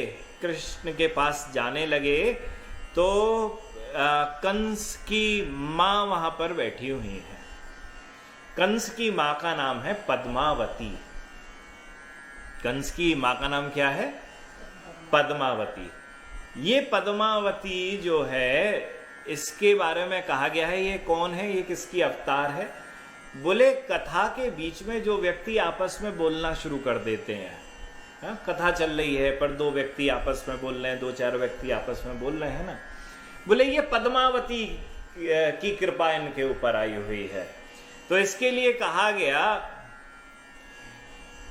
कि सा प्रसिद्ध उग्रसेन रूप धारिणा द्रुमिल दैत्येन छलित्वात् प्रवर्तिर भगवत वार्ता तस्या हारिणी बही प्रकाश कारिणी, कि प्रसिद्ध है कि कंस की माता पद्मावती, जिसका उग्रसेन का रूप धरकर द्रुमिल दैत्य ने छल पूर्वक सतित्व भंग किया था, विशेषता है यह भगवत प्रकृति हरण करने वाली है। अर्थात भगवान की कथा में तर्क वितर्क और अर्थात विपरीत, मतलब तुम्हारे घर पे क्या चल और तुम सही, तो यहाँ कथा चल रही है पर लोगों के बीच में आपस में हाँ इधर उधर की बातें शुरू हो गई। तो बोले कि ये जो अर्थात भगवान की कथा में तर्क वितर्क या बाह्य भाव का प्रकाश करने वाली, अतः उसकी लोगों की भगवान की कथा में सदैव अवस्थिति समझनी चाहिए। ये समझ लो कि जहां जहां पर भगवान की कथा होती है वहां पर पद्मावती बैठी हुई है। कोई ना कोई आपस में इधर उधर की बात करना शुरू कर देगा। तो अतएव तस्यास तत्र सदा अवस्थित इत्यर्थः, सदा अवस्थिति है उसकी, किसकी? पद्मावती की। तो आपस में दो लोग बात करें तो समझ लो उसके ऊपर पद्मावती का आशीर्वाद आ गया है। तो भगवान वहां जैसे ही नारद देव पहुंचे और पहुंचने के बाद आपने देखा, उन्होंने आप सबसे पूछा कि वह मनोज्ञ सौभाग्य भरैक भाजनम मया समम संग में ध्वद उद्धवम, कहा कि आप लोग उन मनोहर सौभाग्य पात्र श्री उद्धव से मेरा मिलन करा दीजिए, अथवा आप लोग मुझ पर ऐसी कृपा कर दीजिए कि मैं उनकी पद धूलि को प्राप्त कर पाऊं। उनकी पद धूलि को प्राप्त करके तदैव शांतिर्वता में मेंतरात्मनः, कि उनकी पद धूलि को प्राप्त करके मेरे आत्मा को बहुत शांति प्राप्त होगी। नारद ने इस बात को कहा। महाराज नारद ने इस बात को कहा, कहने के बाद वह उद्धव से मिले तो उद्धव उस समय पर ठाकुर जी शयन कर रहे हैं। उद्धव उनकी देहरी पर बैठे हुए रो रहे हैं, क्योंकि भगवान जो है आज वह ब्रज की याद कर रहे हैं। और यह दृश्य देखते हुए रुक्मणी आदि जितनी भी उनकी पटरानियां हैं वह भी रो रही हैं। वहां पर देवकी भी हैं, रोहिणी भी हैं, वह भी आज असंतोष की स्थिति को धारण करे हुए हैं। वहां पहुंचते ही नारद ने उद्धव जी का गुणगान करना शुरू करा। खूब गुणगान किया। गुणगान करते हुए हाथ जोड़ लिए उद्धव जी महाराज ने और कहा, आप क्या बात करते हो मेरी, कि मैं कृष्ण का पात्र हूं। अगर मैं कृष्ण का इतना बड़ा कृपा पात्र होता तो वो मुझे ब्रज में जाके गाली क्यों पड़वाते। गोपियों के पास भेज दिया क्योंकि मैं ज्ञानी था, गोपियों के पास प्रेम था। हाँ, कहा कि ब्रज में जाने मात्र से ही आनंद सागर में निमग्न होकर मैंने उन ब्रज गोपियों को प्रणाम कर यह गाया था कि पृथ्वी पर इन गोपियों ने ही यथार्थ देह धारण करा है। मतलब देह को धारण करने का जो असली धर्म है, प्रयोजन है जीवन में, ये मानव शरीर लेने के बाद क्या करना चाहिए। हाँ, बोले ये अभी तक मेरा पूर्ण नहीं हुआ। अगर यथार्थ देह, अगर किसी का जीवन सफल हुआ है, सच में सफल हुआ है, तो वह एकमात्र है एतः परम तनुव्रतो भुवि गोप वधवः। हाँ, गोपियां गोप वधुएं। हाँ, बोले वह एकमात्र उन्हीं का जन्म सफल हुआ है क्योंकि उन्होंने भगवान श्री कृष्ण की प्राप्ति करी है। एवं इस प्रकार मैं वहां पर रहा। वहां पर रहने के बाद मुझे समझ में आ गया मैं बृहस्पति का शिष्य, साक्षात बृहस्पति का शिष्य होकर भी गोपियों के प्रेम को समझ नहीं पाया था। और जिस 6 महीने रुके, 6 महीने में जाके समझे और समझने के बाद आशा महो चरण रेणु जुषाम हम श्याम, बोले उसके बाद जाके मेरी अकल के अंदर आ गया कि गोपियों की चरण रज भी अगर मुझको प्राप्त हो जाए, हाँ, तो मेरा जीवन सुधर जाएगा। परंतु यह बात मुझे पहले समझ में नहीं आई थी। एवं वह ब्रज की जो गोपियां हैं, उन ब्रज की गोपियों का पुरुषार्थ का क्या कहना, जिन्होंने अपना जीवन ही साक्षात भगवान श्री कृष्ण को समर्पित कर दिया, और वह विषय, किसी भी विषय के अंदर कोई भी भावना नहीं रखती और बस एकमात्र वस्तु को चाहती हैं कि वह भगवान श्री कृष्ण को ही प्रसन्नता देती रहे। बोले मेरे अंदर भी विचार अलग अलग प्रकार के आ जाते हैं। आप कह रहे हो मैं कृपा पात्री हूं, मेरे अंदर अभी इसी कृपा नहीं है। ठाकुर जी मेरे सामने ही रहते हैं। और एकादश स्कंद के अंदर जहां विभूतियों की चर्चा करी गई है, भगवान श्री कृष्ण यो कहते हैं उद्धव और मुझ में अणुमात्र का भी अंतर नहीं है। और भगवान श्री कृष्ण जब वापस अपने धाम को जा रहे थे, लीला का लीला पूर्ण करके, उस समय पर किसको नियुक्त करके गए? उद्धव। और जिस समय मुझे से यहां ला रहे थे, हाँ, ये आगे की चर्चा में कहते हैं कि वसुदेव, मैंने तो उन गोपियों का वह रुंदन देखा है, क्रंदन देखा है। वह प्राण विहीना होने के बाद मूर्त रूप से जैसे गोपियां बैठती हैं, उसको मैंने देखा है। ऐसा प्रेम मेरे अंदर तो जरा सा भी नहीं है। मेरे श्री कृष्ण छोड़ के चले जाएं, 10 मिनट को भी चले जाएं, तो मुझे कोई फर्क नहीं पड़ता, आ जाएंगे। परंतु गोपियों के लिए, गोपियां तो भागवत के अंदर कह रही हैं कि हमारे, वह ब्रह्मा को गारी देती हुई कह रही हैं कि तूने हमारी पलक क्यों बनवाई? क्योंकि पलक भी झपकने पर भगवान श्री कृष्ण के जब तक दर्शन नहीं होते हैं, तो यह भी समय विरह में युगों के समान प्रतीत होता है। अब उस प्रेम की उस महादशा का अनुभव वही कर सकते हैं जिसके अंदर वह भाव हो कि पलक झपकने में जितना समय लगे, उसमें युग युगांतरों के विरह क्या भाव आपके अंदर विद्यमान हो जाए कि युगों तक मुझे श्री कृष्ण के दर्शन नहीं हुए हैं। सो भगवान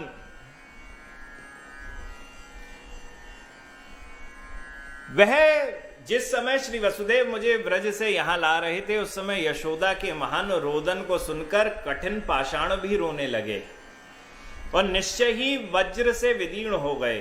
अन्य गोपियां जीवित हैं अथवा मृत है, उनके विषय में कौन वर्णन कर सकता है। वहां रोहिणी आदि देव की इन बातों की चर्चा कर रही हैं। वो कह रही हैं कि ये उद्धव जो कह रहे हैं वो बिल्कुल सच कह रहे हैं।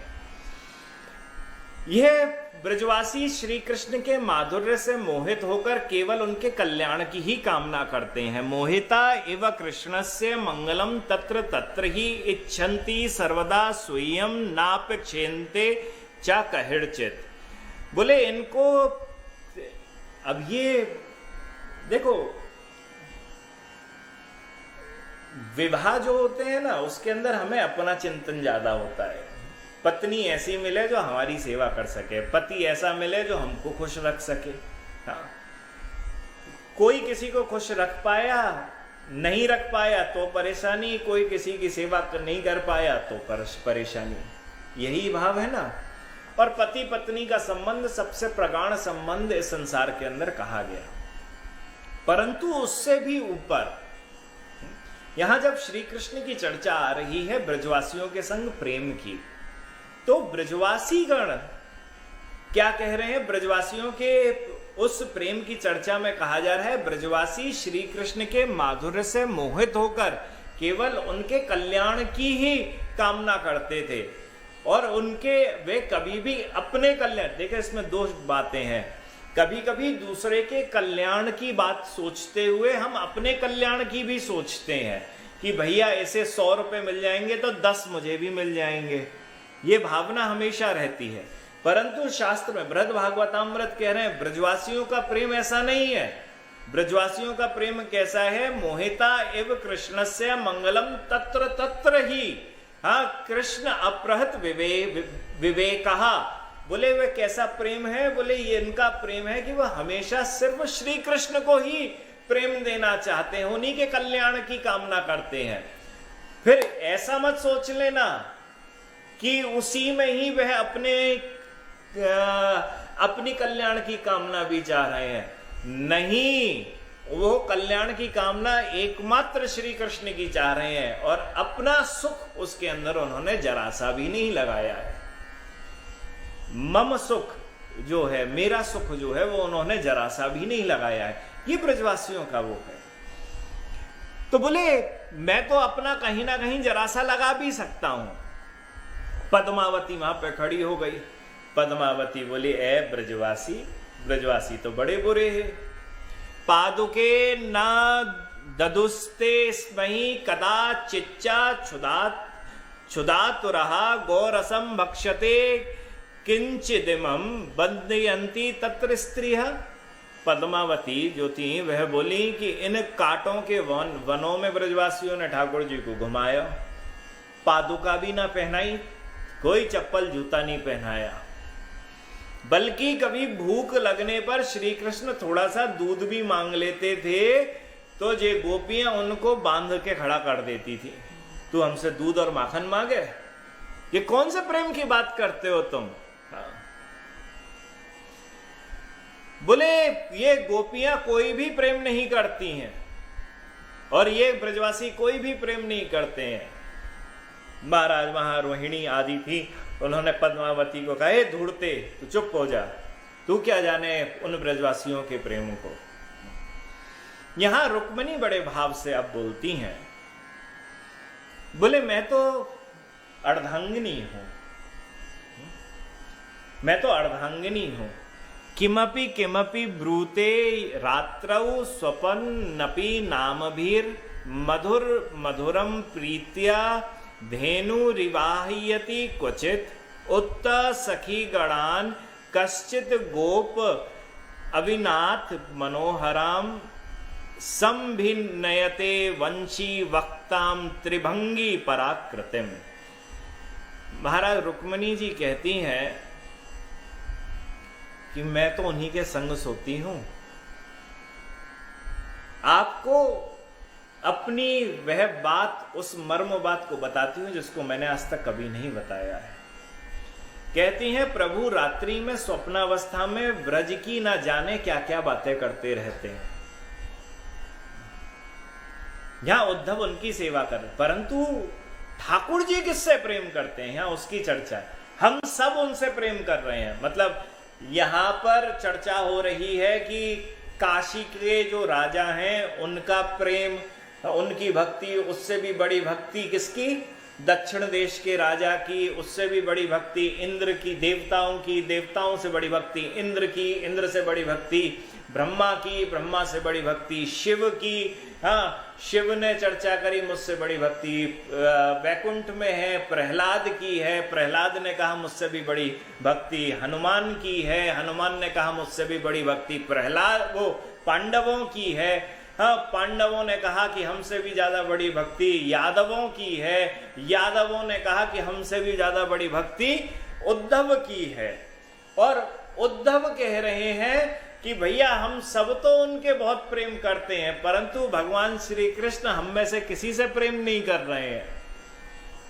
श्री कृष्ण तो एकमात्र ब्रजवासियों से प्रेम करते हैं, गोपियों से प्रेम करते हैं। और इसी बात का समर्थन करने के लिए रुक्मिणी कहती हैं कि भगवान श्री कृष्ण दिन भर तो ध्यान, जागृत अवस्था में हो तो जो दिमाग में है आप वही बोलोगे, जब स्वप्न अवस्था में पहुंच चुके हो, सो रहे हो, जब आप सो रहे हो, सुप्त अवस्था में आ चुके हो, वहां पे स्वप्न अवस्था में आते हुए अब आप सोते हुए क्या बोल रहे हो, इस पे थोड़ी ना कुछ ध्यान होगा।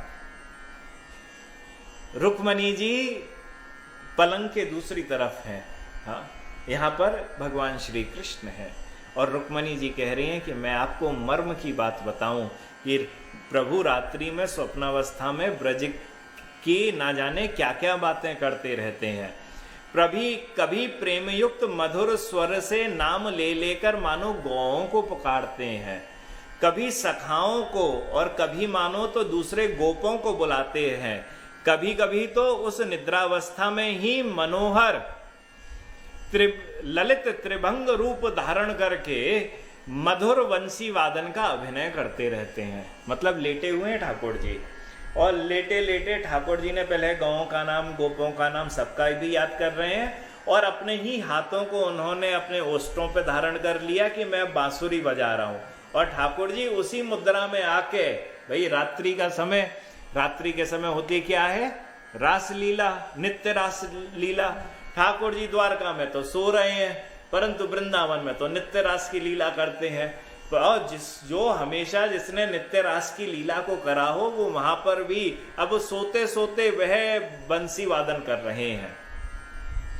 कहते हैं कि उस निद्रा अवस्था में, अब ये मर्म की बात है, उस निद्रा अवस्था में वह कभी कहते हैं मैयारी मुझे माखन दो, कभी मुझे हे राधे, हे ललिते इत्यादि वचनों द्वारा संबोधन करते हैं। मतलब मैं रहती हूं तो कभी सोचते हैं स्वप्न अवस्था में, कभी सोचते हैं कि मैं राधा हूं, कभी सोचते हैं मैं ललिता हूं। हाँ, तो कदा चिड़चिड़ राधे ललिते इति संबोध यति माम।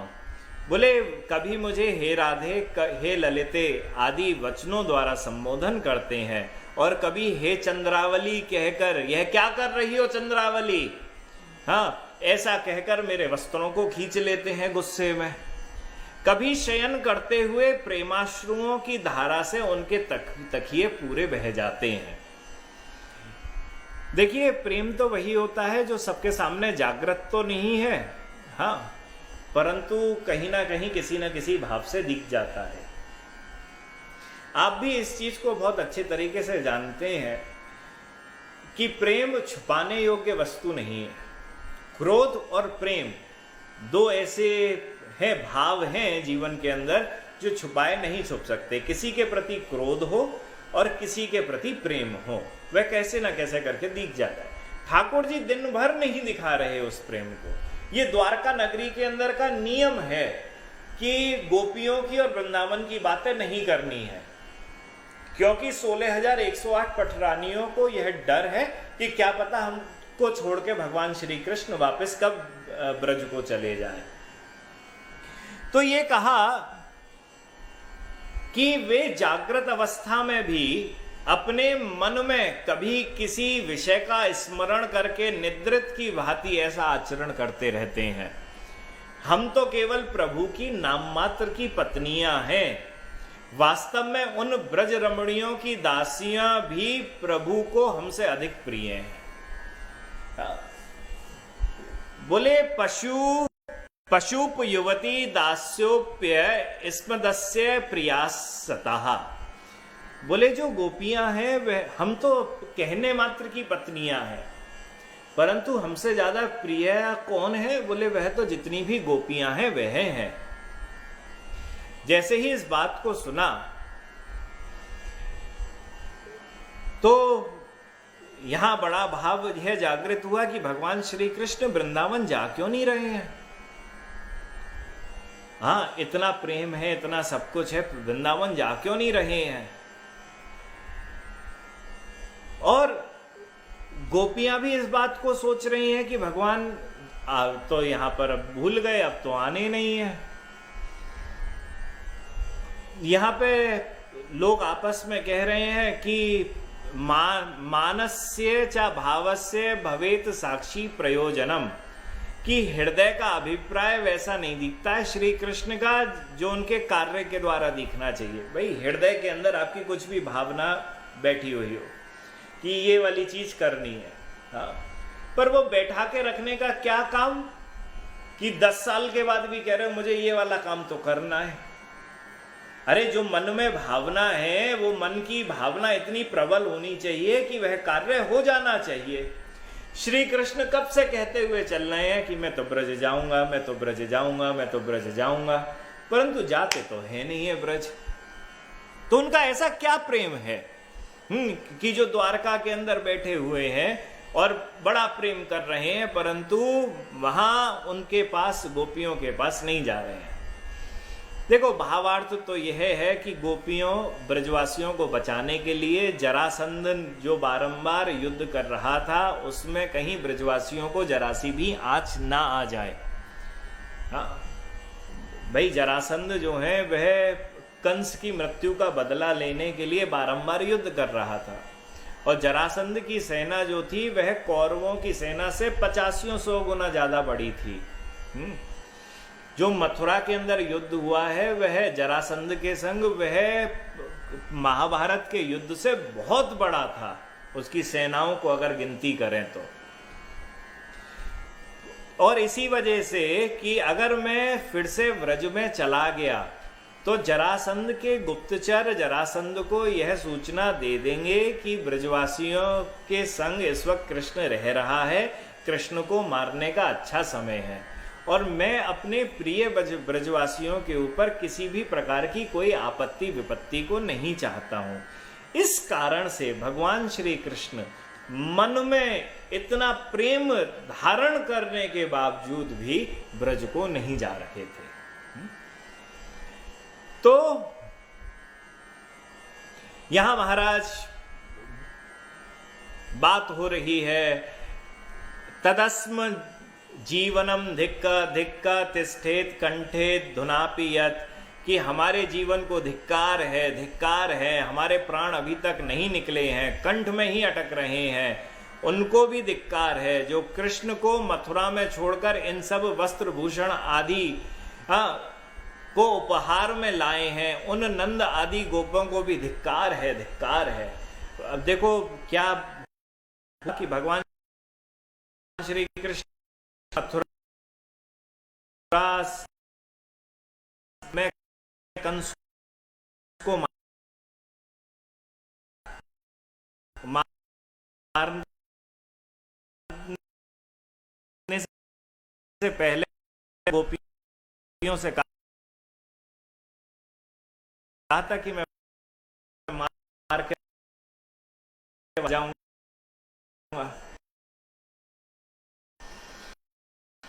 क्या हुआ कि भगवान श्री कृष्ण ने उपहार जो थे, वहां मथुराधिपति बने, तो नंद बाबा को बहुत सारे उपहार दिए, ज्वेलरी वुलरी खूब सारी दी। तो देने के बाद उनसे आप घर जाओ, घर जाओ, संतुष्ट हो जाएंगे सब।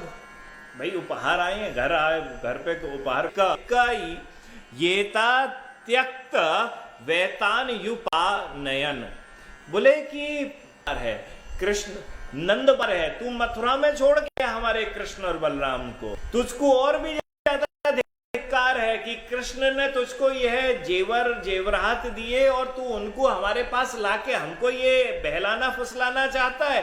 अरे जिसका प्रेम कृष्ण मणि से साक्षात हो, कृष्ण से हो, उसके सामने यह तुच्छ जेवरात क्या करेंगे?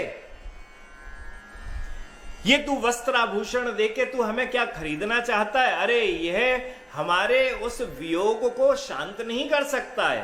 अब ये होता है ना, आप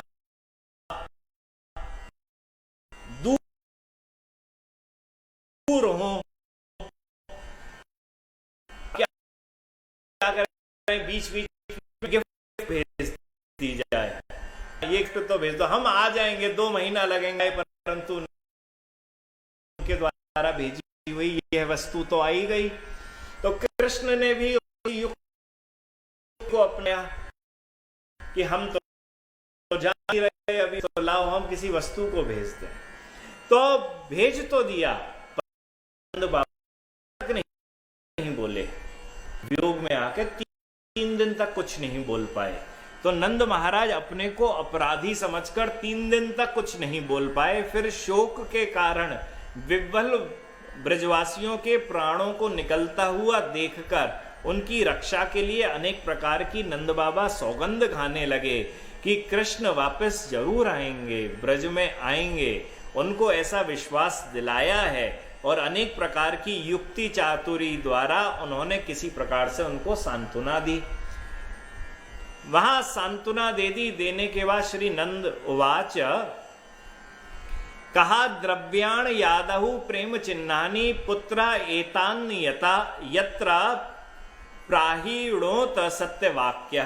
मेरा पुत्र जो है ना श्री कृष्ण सत्यवादी है। ब्रज में आने से पहले ही उसने प्रेम के चिन्ह के रूप में बड़ी सारी वस्तुओं को तुमको दे दिया है। भाई किसी से प्रेम हो तो वस्तुएं दी, गिफ्ट दी जाती हैं। बोले तुम सबसे इतना प्रेम करता है, तुम सबके लिए वस्त्र आभूषण भेज दिए हैं।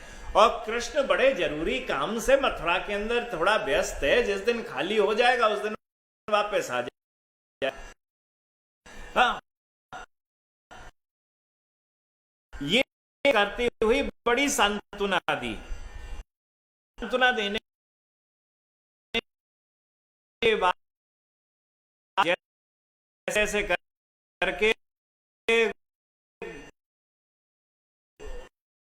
ब्रजवासियों ने अपने हृदय में सोच लिया कि भाई नंद बाबा कह रहे हैं, घर इतने ब्रज इतने बड़े कह रहे हैं, तो इनकी बात होगी नहीं। और ये अपने बच्चे को अच्छी तरीके से जानते हैं। पर कुछ दिनों के बाद मुझ उद्धव को भगवान ने गोपियों के पास भेज दिया। नंद बाबा यशोदा के पास भेज दिया। उद्धव संदेश लेके आए। उद्धव ने कहा हे प्रभु, मैंने यह निश्चित किया कि ब्रज में आपके श्री चरण कमलों के पधारे बिना वह ब्रजवासी किसी भी प्रकार से अपने प्राणों को धारण नहीं कर सकते हैं, क्योंकि वह ब्रजवासी आपके अलावा किसी और वस्तु को चाहते ही नहीं है।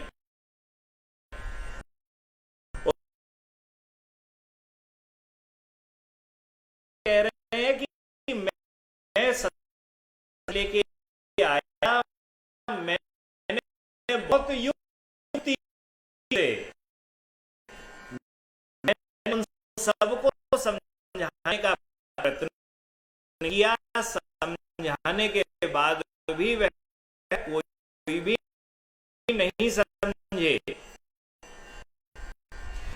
जब कोई भी नहीं समझा तो आखिरी में मैं भगवान श्री कृष्ण आपसे साफ तौर पे कह सकता हूं, सिर्फ अब आप उनको साक्षात जाओ तो सांत्वना दे सकते हो, आपके अलावा कोई नहीं दे सकता। महाराज,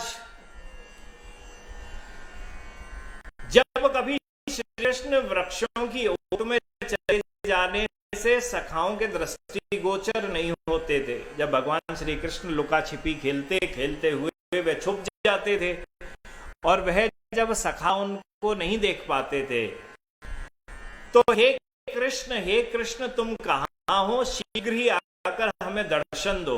इस प्रकार से बहुत तेज तेज आवाज निकालकर व्याकुल होकर रुंदन करते हुए गोप कुमार इस बात को कहते करते थे।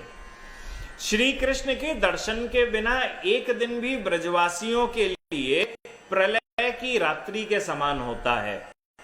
और एक लव मात्र, ये जो वो आंख को झपकने का जो समय है, लव कहा गया है। एक लव मात्र का समय भी चतुर्युग के समान होता है। और श्री कृष्ण के गोचारण लौट आने पर वे सूर्य, गोधूली और आने वाले गोपियां नेहा लगाए हुए रहती हैं। वेणु गीत आदि। भगवान श्री कृष्ण अब वहां गौचारण करके आ रहे हैं, तो गोपियां जो जीत रहे गए, उन्होंने भी स्नान पान भोजन आदि का त्याग कर दिया है। और उनके प्राण तुम्हारे नाम नामामृत के सेवन के कारण बाहर निकल रहे हैं।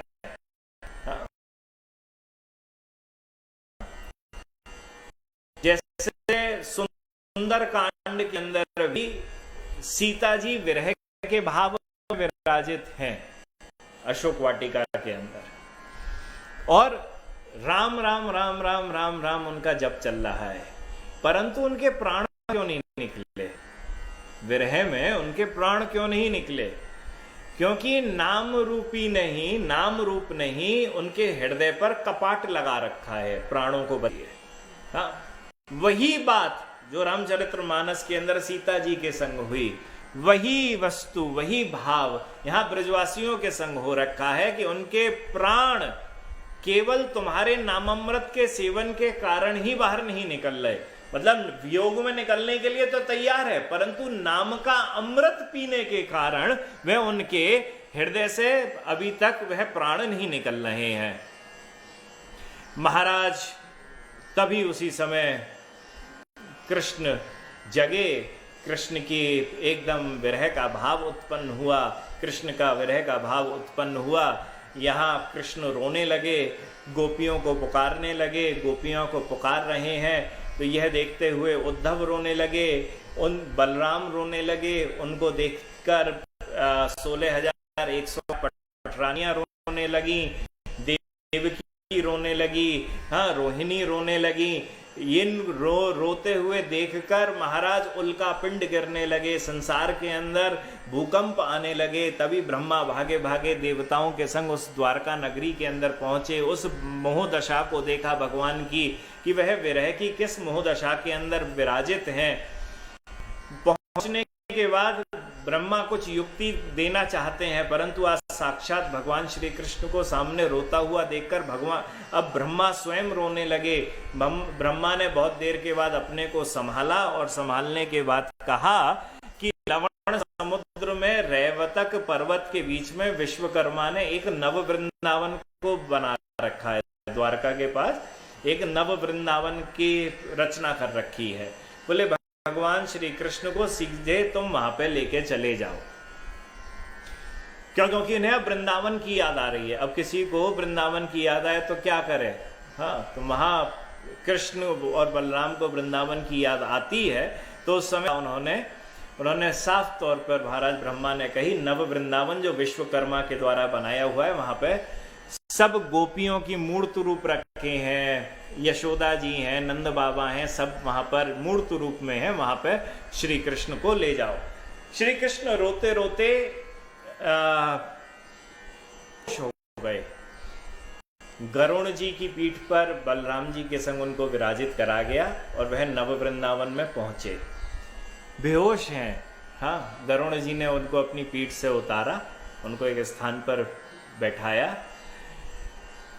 देवकी, रुक्मणी, सत्यभामा आदि जितनी भी महिषियां थी, पटरानियां थी, कृष्ण की ऐसी दशा को देखकर उनका त्याग नहीं कर पाई और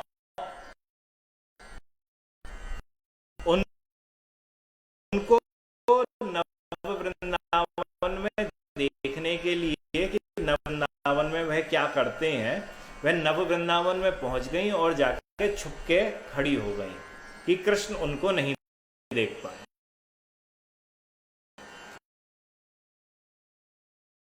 बलराम जी वहां पे पहुंच गए।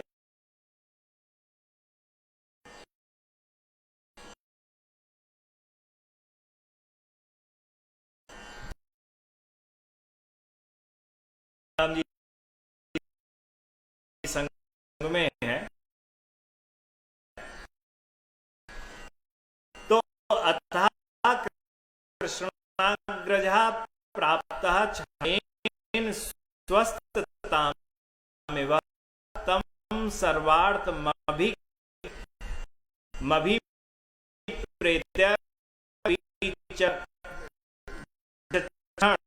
शिरोमणि।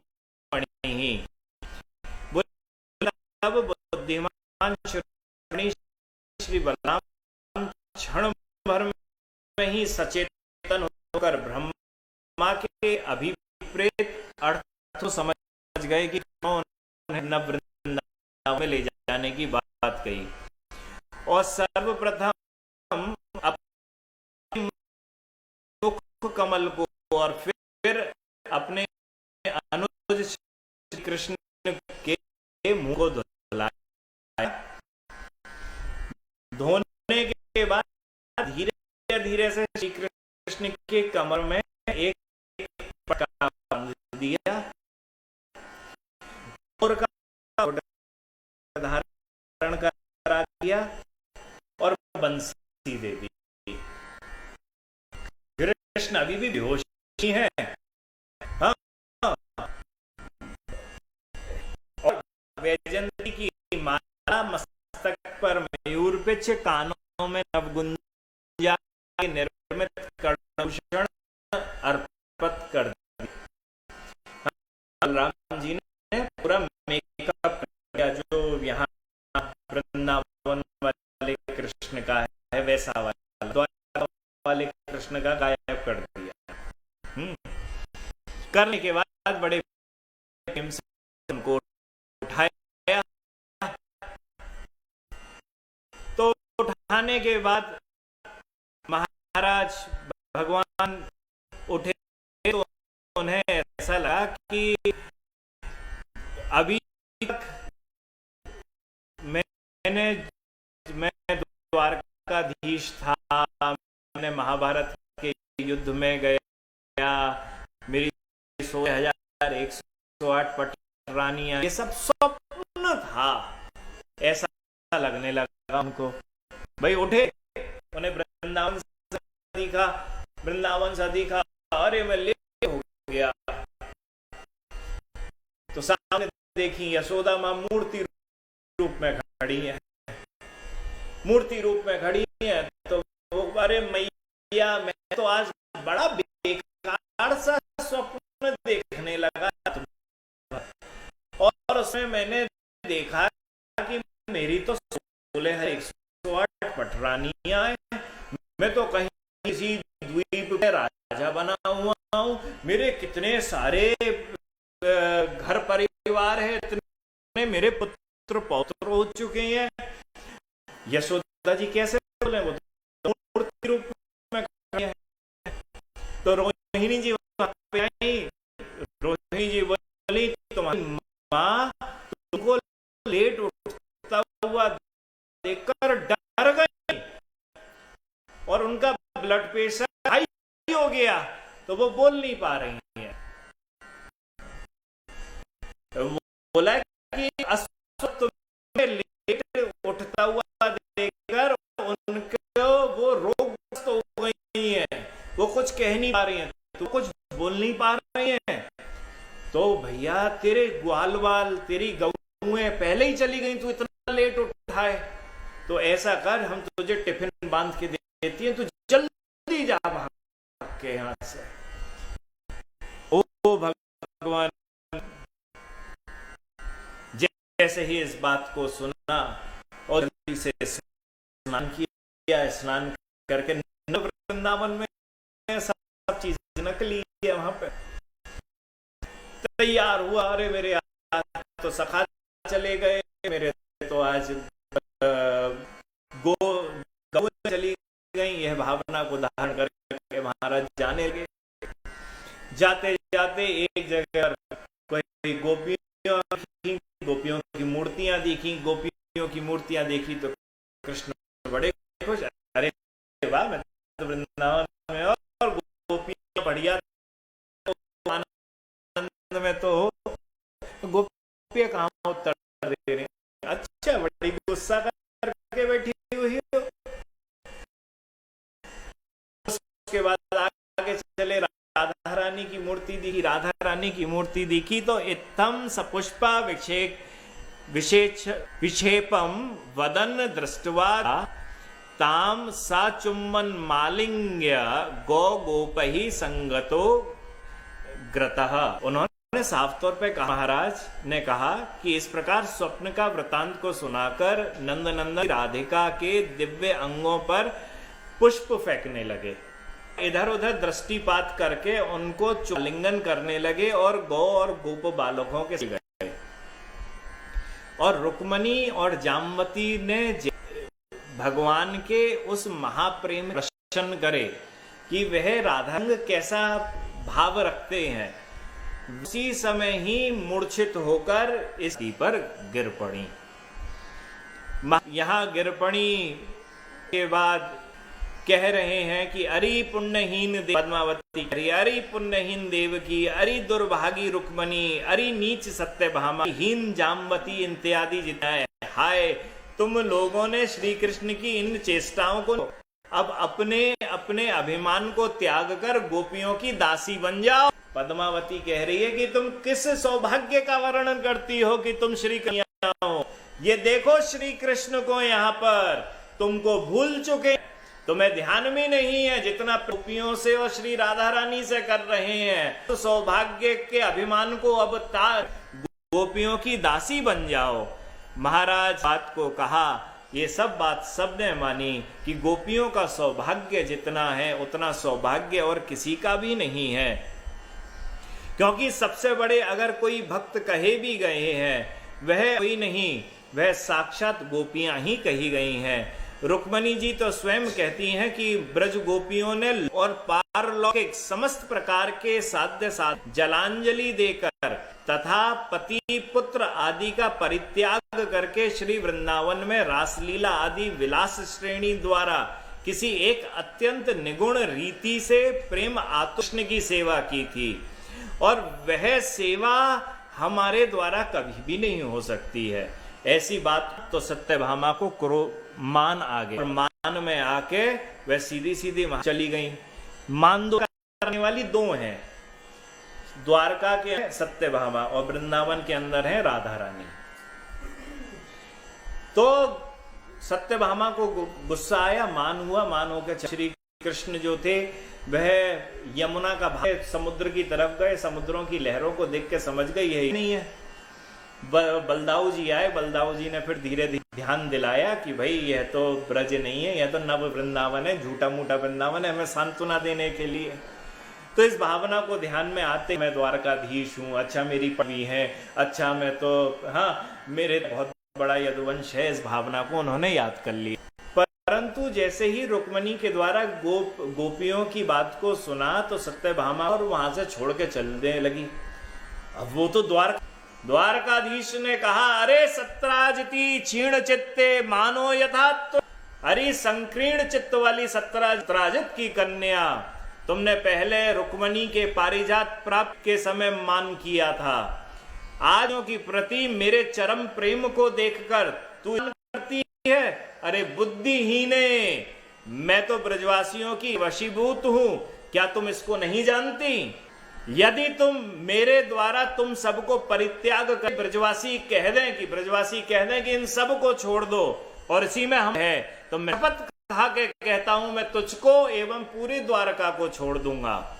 महाराज से ही इस बात को कहा, साफ तौर पे बोले मैं संतुष्ट नहीं हो रहा हूं ये तुम्हारे मान होने से, जाओ इसको खत्म करो। महाराज सत्यभामा जी हाथ जोड़ के आई और आने के बाद कहने लगी, मैं तो भैया क्षमा मांगू, मेरे द्वारा मान भी हुआ हो। महाराज मान को खत्म करने के बाद भगवान श्री कृष्ण वहां गोपियों के उस भाव की चर्चा कर रहे हैं। वहां भगवान के यह नित्य पार्षद भी उन गोपियों चर्चा कर रहे हैं। और इस भाव को मैं यही कह के अब अपनी इस वाणी को समाप्त करूंगा। यह जो प्रेम है, यह प्रेम सबको प्राप्त नहीं हुआ है। इस ब्रज लीला को कोई भी नहीं गा सकता। परीक्षित जी महाराज भी उत्तरा से कहते हैं कि इस में नहीं गा सकता है, और गोपियों ने क्या प्रेम करा है मैं एक एक गोपी के प्रेम को भी नहीं बता सकता हूं। जो व्यक्ति के साथ आपकी ब्रजलीला का अपने मुख द्वारा वर्णन करे, कान द्वारा श्रवण करे, हृदय में धारण करे और अंग पर एक बार भी आपकी उन लीलाओं को तथा आपकी लीला स्पर्श करे, वह गोपियों को कुंच कुमकुम द्वारा सुशोभित आपके चरण कमलों में नित्य प्रेम भक्ति को प्राप्त करता है। हाँ, ये क्या है कि इतना गोपियों का प्रेम को समझकर भगवान, वो नारद जो है वह भगवान के पास जाके बोले, भगवान मुझे बस आपसे 2 वर चाहिए। भगवान बोले क्या वर चाहिए तुमको? तो पहला वर उन्होंने मांगा कि मैं ब्रजवासियों के प्रेम स्वरूप सरोवर में विचरण कर हंस, श्री गोकुल रूपी क्षीर संपन्न गोपवेश साधारण भगवान श्री कृष्ण, वृंदावन वाले श्री कृष्ण और उन गोपवेश और द्वारा प्रकाशित आपके मधुर मतलब भगवान यहाँ आकर अलग अलग करी लीलाओं के द्वारा भगवान के अलग अलग नाम हुए, हरदंधारी, हरि, राधा रमण, मदन मोहन, ये जो अलग अलग नाम हुए, गोपीनाथ, ये सब जितने नाम हुए हैं, तो नामामृत का निरंतर पान करते करते उन्मत्त पूर्ण जगत को आनंदित करता हुआ मैं इस पूरे जगत में विचर, मतलब मैं भगवान के, कृष्ण के अलग अलग नामों का हर समय जप करता हुआ इस संसार में विचरण करता रहूं। कहा कि जो व्यक्ति विश्वास के साथ ब्रज लीला का अपने मुख द्वारा वर्णन करे, ठाकुर जी की ब्रज लीला का कोई अपने मुख के द्वारा वर्णन करे एवं श्रवण करे, हृदय में धारण करे, अति अंग प्रत्यंग द्वारा एक बार भी उन लीलाओं को तथा उनकी लीला का स्पर्श करे। आज आप जैसे गोवर्धन गए, राधा कुंड गए, आपने उन लीला स्थलियों का स्पर्श, वहां पे गए, वह गोपियों के कुंच कुमकुभित आपके चरण कमलों में नित्य प्रेम भक्ति को प्राप्त करेगा, ऐसा मुझे आप आशीर्वाद दें। मेरी दूसरे वर में आपसे प्रार्थना है। तब उसके बाद महाराज जो यह कथा उत्तरा को सुना रहे हैं, बोले मातर गोप त्वंचा रास रसाम तत्प्रेम मोहिताभिः श्री रभितो व्रतम अमूषाम दास्यमिच्छन्ति तादृश प्रेम भंगिवम भजस्वा तन्नाम संकीर्तन परायणा। आप भी गोपियों के दास्य की कामना, मतलब गोपियों की दासी, हाँ, श्री गोपी प्रेम प्राप्त करने के लिए, हाँ, करके उस मोहित तथा गोपियों के द्वारा परिवेश जो रासेश्वर हैं, वैसी अर्थात गोपियां जैसी करती हैं और नाम संकीर्तन आप रहती हैं, ठीक उसी प्रकार से आप उन गोपियों के द्वारा जिस प्रकार की भक्ति करी गई है उन बनकर, उन गोपियों की दासी बनकर वैसी ही भक्ति को, इन गोपियों की महिमा को मैं नहीं गा सकता हूं, एवं सत्य कहूं तो मैं ही क्या, सुखदेव जो हैं उन्होंने भी इस गोपियों के नाम तक को नहीं बोल पाए। पूरी भागवत किसी भी गोपी के नाम का वर्णन नहीं है। बहुत सारे लोग कहते हैं राधा रानी के नाम का वर्णन नहीं है, परंतु सत्य बात यह है, ना उसमें ललिता कहीं लिखी, ना वहां पर विशाखा लिखी है, ना इंदुलेखा लिखी है, ना चित्रलेखा लिखी है, ना भद्रा है, कोई नहीं है उसमें, किसी की गोपी का नाम नहीं लिखा हुआ। क्यों नहीं लिखा है इसके बारे में कहते हैं कि सुखदेव महाराज जो है आदि का तो ध्यान कर लेते हैं, उनका तो नाम का कीर्तन कर लेते हैं, पर गोपियां उनकी, तो इस कारण से प्रथम उन अपनी गुरु चरणा गोपियों का नाम नहीं बोलते। दूसरा से ही वह गोपियों का नाम बोलते हैं तो उसी समय पर अपूर्व प्रेम की प्राप्ति हो जाती है। तो अपूर्व प्रेम में होने के बाद कैसे करेंगे? यहां तो परीक्षित को कथा सुनानी थी, तो 7 दिन 7 यह कथा निर्विघ्न रूप से चलती रहे, तो उन्होंने किसी भी गोपी का, अपनी गोपी गुरुओं का नाम नहीं लिया। तो कहा कि मेरे गुरुदेव कृष्ण रस में आविष्ट होकर श्री कृष्ण और उनकी प्रिया रुक्मणी आदि के नामों का सदा कीर्तन करते, किंतु वे कभी भी ब्रज गोपियों के नाम को मुख से उच्चारण नहीं कर पाते हैं। है कि गोपियां अत्यधिक विस्तृत, विलक्षण तथा चरम सीमा को प्राप्त प्रेम अग्नि की शिखा के ताप से निरंतर दग्ध रहती हैं, इतना उनके अंदर प्रेम है। अतः गोपियों के कीर्तन करने से उनका विषय हो जाता है, तो जिसके फलस्वरूप गोपियों के हृदय स्थित तीक्ष्ण प्रेमाग्नि से उठी हुई शिखा का एक चिंगारी स्पर्श मात्र से भी गुरुदेव उसी समय व्याकुल हो जाते हैं। जितना विरह उन गोपियों के अंदर और जितना प्रेम उनके अंदर विद्यमान है, उस विरह एक चिंगारी भी अगर सुखदेव अगर नाम ले ले और उनके हृदय पे लग जाए, तो लगने के बाद हो जाए, व्याकुल होने के बाद वह कथा नहीं कर पाएंगे। तो इसीलिए वैकल्यम सा भजन कदापि न मुखे नाम प्रभु, इसलिए वे गोपियों का नाम संकीर्तन करने में समर्थ नहीं हो पाते हैं। हे माता, यदि आप उन गोपियों क्रीड़ा आदि में मिलित गोपीनाथ का प्रेम पूर्वक भजन करो, पास से सचमुच आप भी गोपियों की कुछ महिमा को समझ पाओगी। बड़ी प्यारी बात कही है कि उन गोपियों की कृपा कैसे मिलेगी। तो कहा तासम बल्लवीनाम समेता ताभी प्रेमणंती यथोत्तम। बोले गोपियों के साथ रास क्रीड़ा जो हुई है, रास हुआ है ना कृष्ण का, उनका उस रूप का विशेष, किस रूप का? जो भगवान गोपीनाथ विराजित हैं उस रूप का आप बस भजन करो, उसका ध्यान, और उसका ध्यान करने आपको स्वतः ही गोपियों का प्रेम क्या है, अवस्था थी, इसका आपको अपने आप स्वतः ही ज्ञान हो जाएगा। तो दिग्दर्शनी टीका में सनात कहते हैं, यदि प्रश्न हो कि गोपियों के महात्म्य सूचक ज्ञान की दासी होने की प्रेम पूर्वक भजन किस प्रकार, मैं गोपियों के प्रेम को तो जानता नहीं हूं, कैसे कैसे किस प्रकार से प्रेम किया, तो अब उनकी मैं दासी कैसे हो जाऊं? भाई जिनको मैं जानता ही नहीं हूं उनकी मैं दासी कैसे हो जाऊं? और आप कह रहे हो मैं गोपियों की दासी होके मैं ध्यान करूं।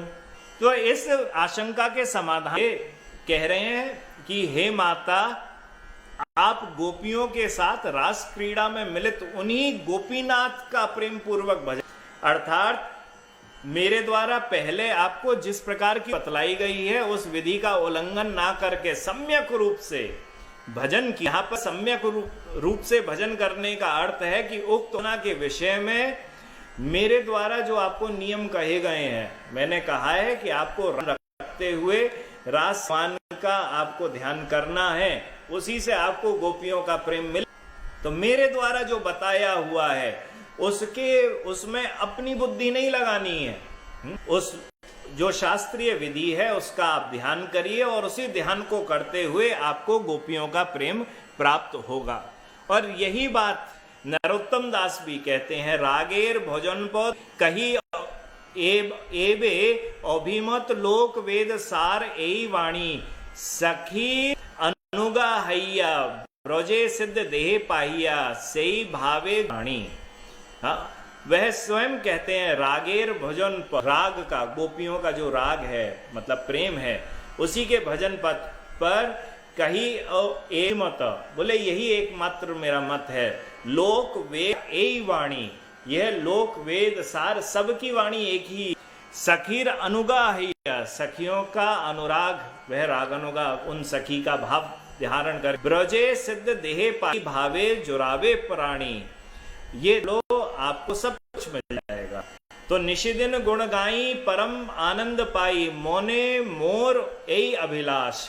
हाँ, बस मैं निशिदिन ठाकुर जी का ध्यान करता रहूं, हाँ, और उन्हीं की वाणी का गान करता रहूं, उससे मुझे भगवत प्राप्ति हो जाएगी। तो यह बृहद भागवतामृतम खंड है, इसके अंदर विशुद्ध भक्त की जहां बात कर, उस विशुद्ध भक्त में गोपियां ही भगवान श्री कृष्ण की हैं, और जितना प्रेम गोपियों का है उतना ही प्रेम भगवान श्री कृष्ण का गोपियों। तो उसकी ही बात परीक्षित कह रहे हैं उत्तरा से कि भाई अगर तुम्हें, हे माता, अगर आपको अपना जीवन सुधारना है, क्यों मोक्ष मिल जाएगा, भागवत मैंने तो सुन ली है, पर मैं इस भागवत का जो आपको सारांश बता रहा हूं वह आप समझ लो कि यह आपको श्री गोपीनाथ का है, श्री राधा रमण का आपको ध्यान करना है और उसका वैष्णव रीति से, शास्त्रीय रीति से उसी से ही आपको भगवान श्री कृष्ण की प्राप्ति हो जाएगी, रावणेश्वर की प्राप्ति हो जाएगी। तब उत्तरा पूछती हैं, यह दूसरे भाग व्रत भागवतामृत के है कि वह पूछती हैं कि चर चराचर में जो भी भक्त बने हैं भगवान के, उनको वैकुंठ की प्राप्ति हो गई, रसिक जनों को किसकी प्राप्ति? रावणेश्वर की भक्ति करते हैं, जो रासेश्वर की भक्ति करते हैं, उन्हें कौन से पद की प्राप्ति होती है? उन्हें वैकुंठ तो उन्हें चाहिए भी नहीं, तो उन्हें किसकी प्राप्ति होती है? की चर्चा परीक्षित जी महाराज कल करेंगे। आज के लिए वह ब्रेक लेंगे। जय जय श्री राम।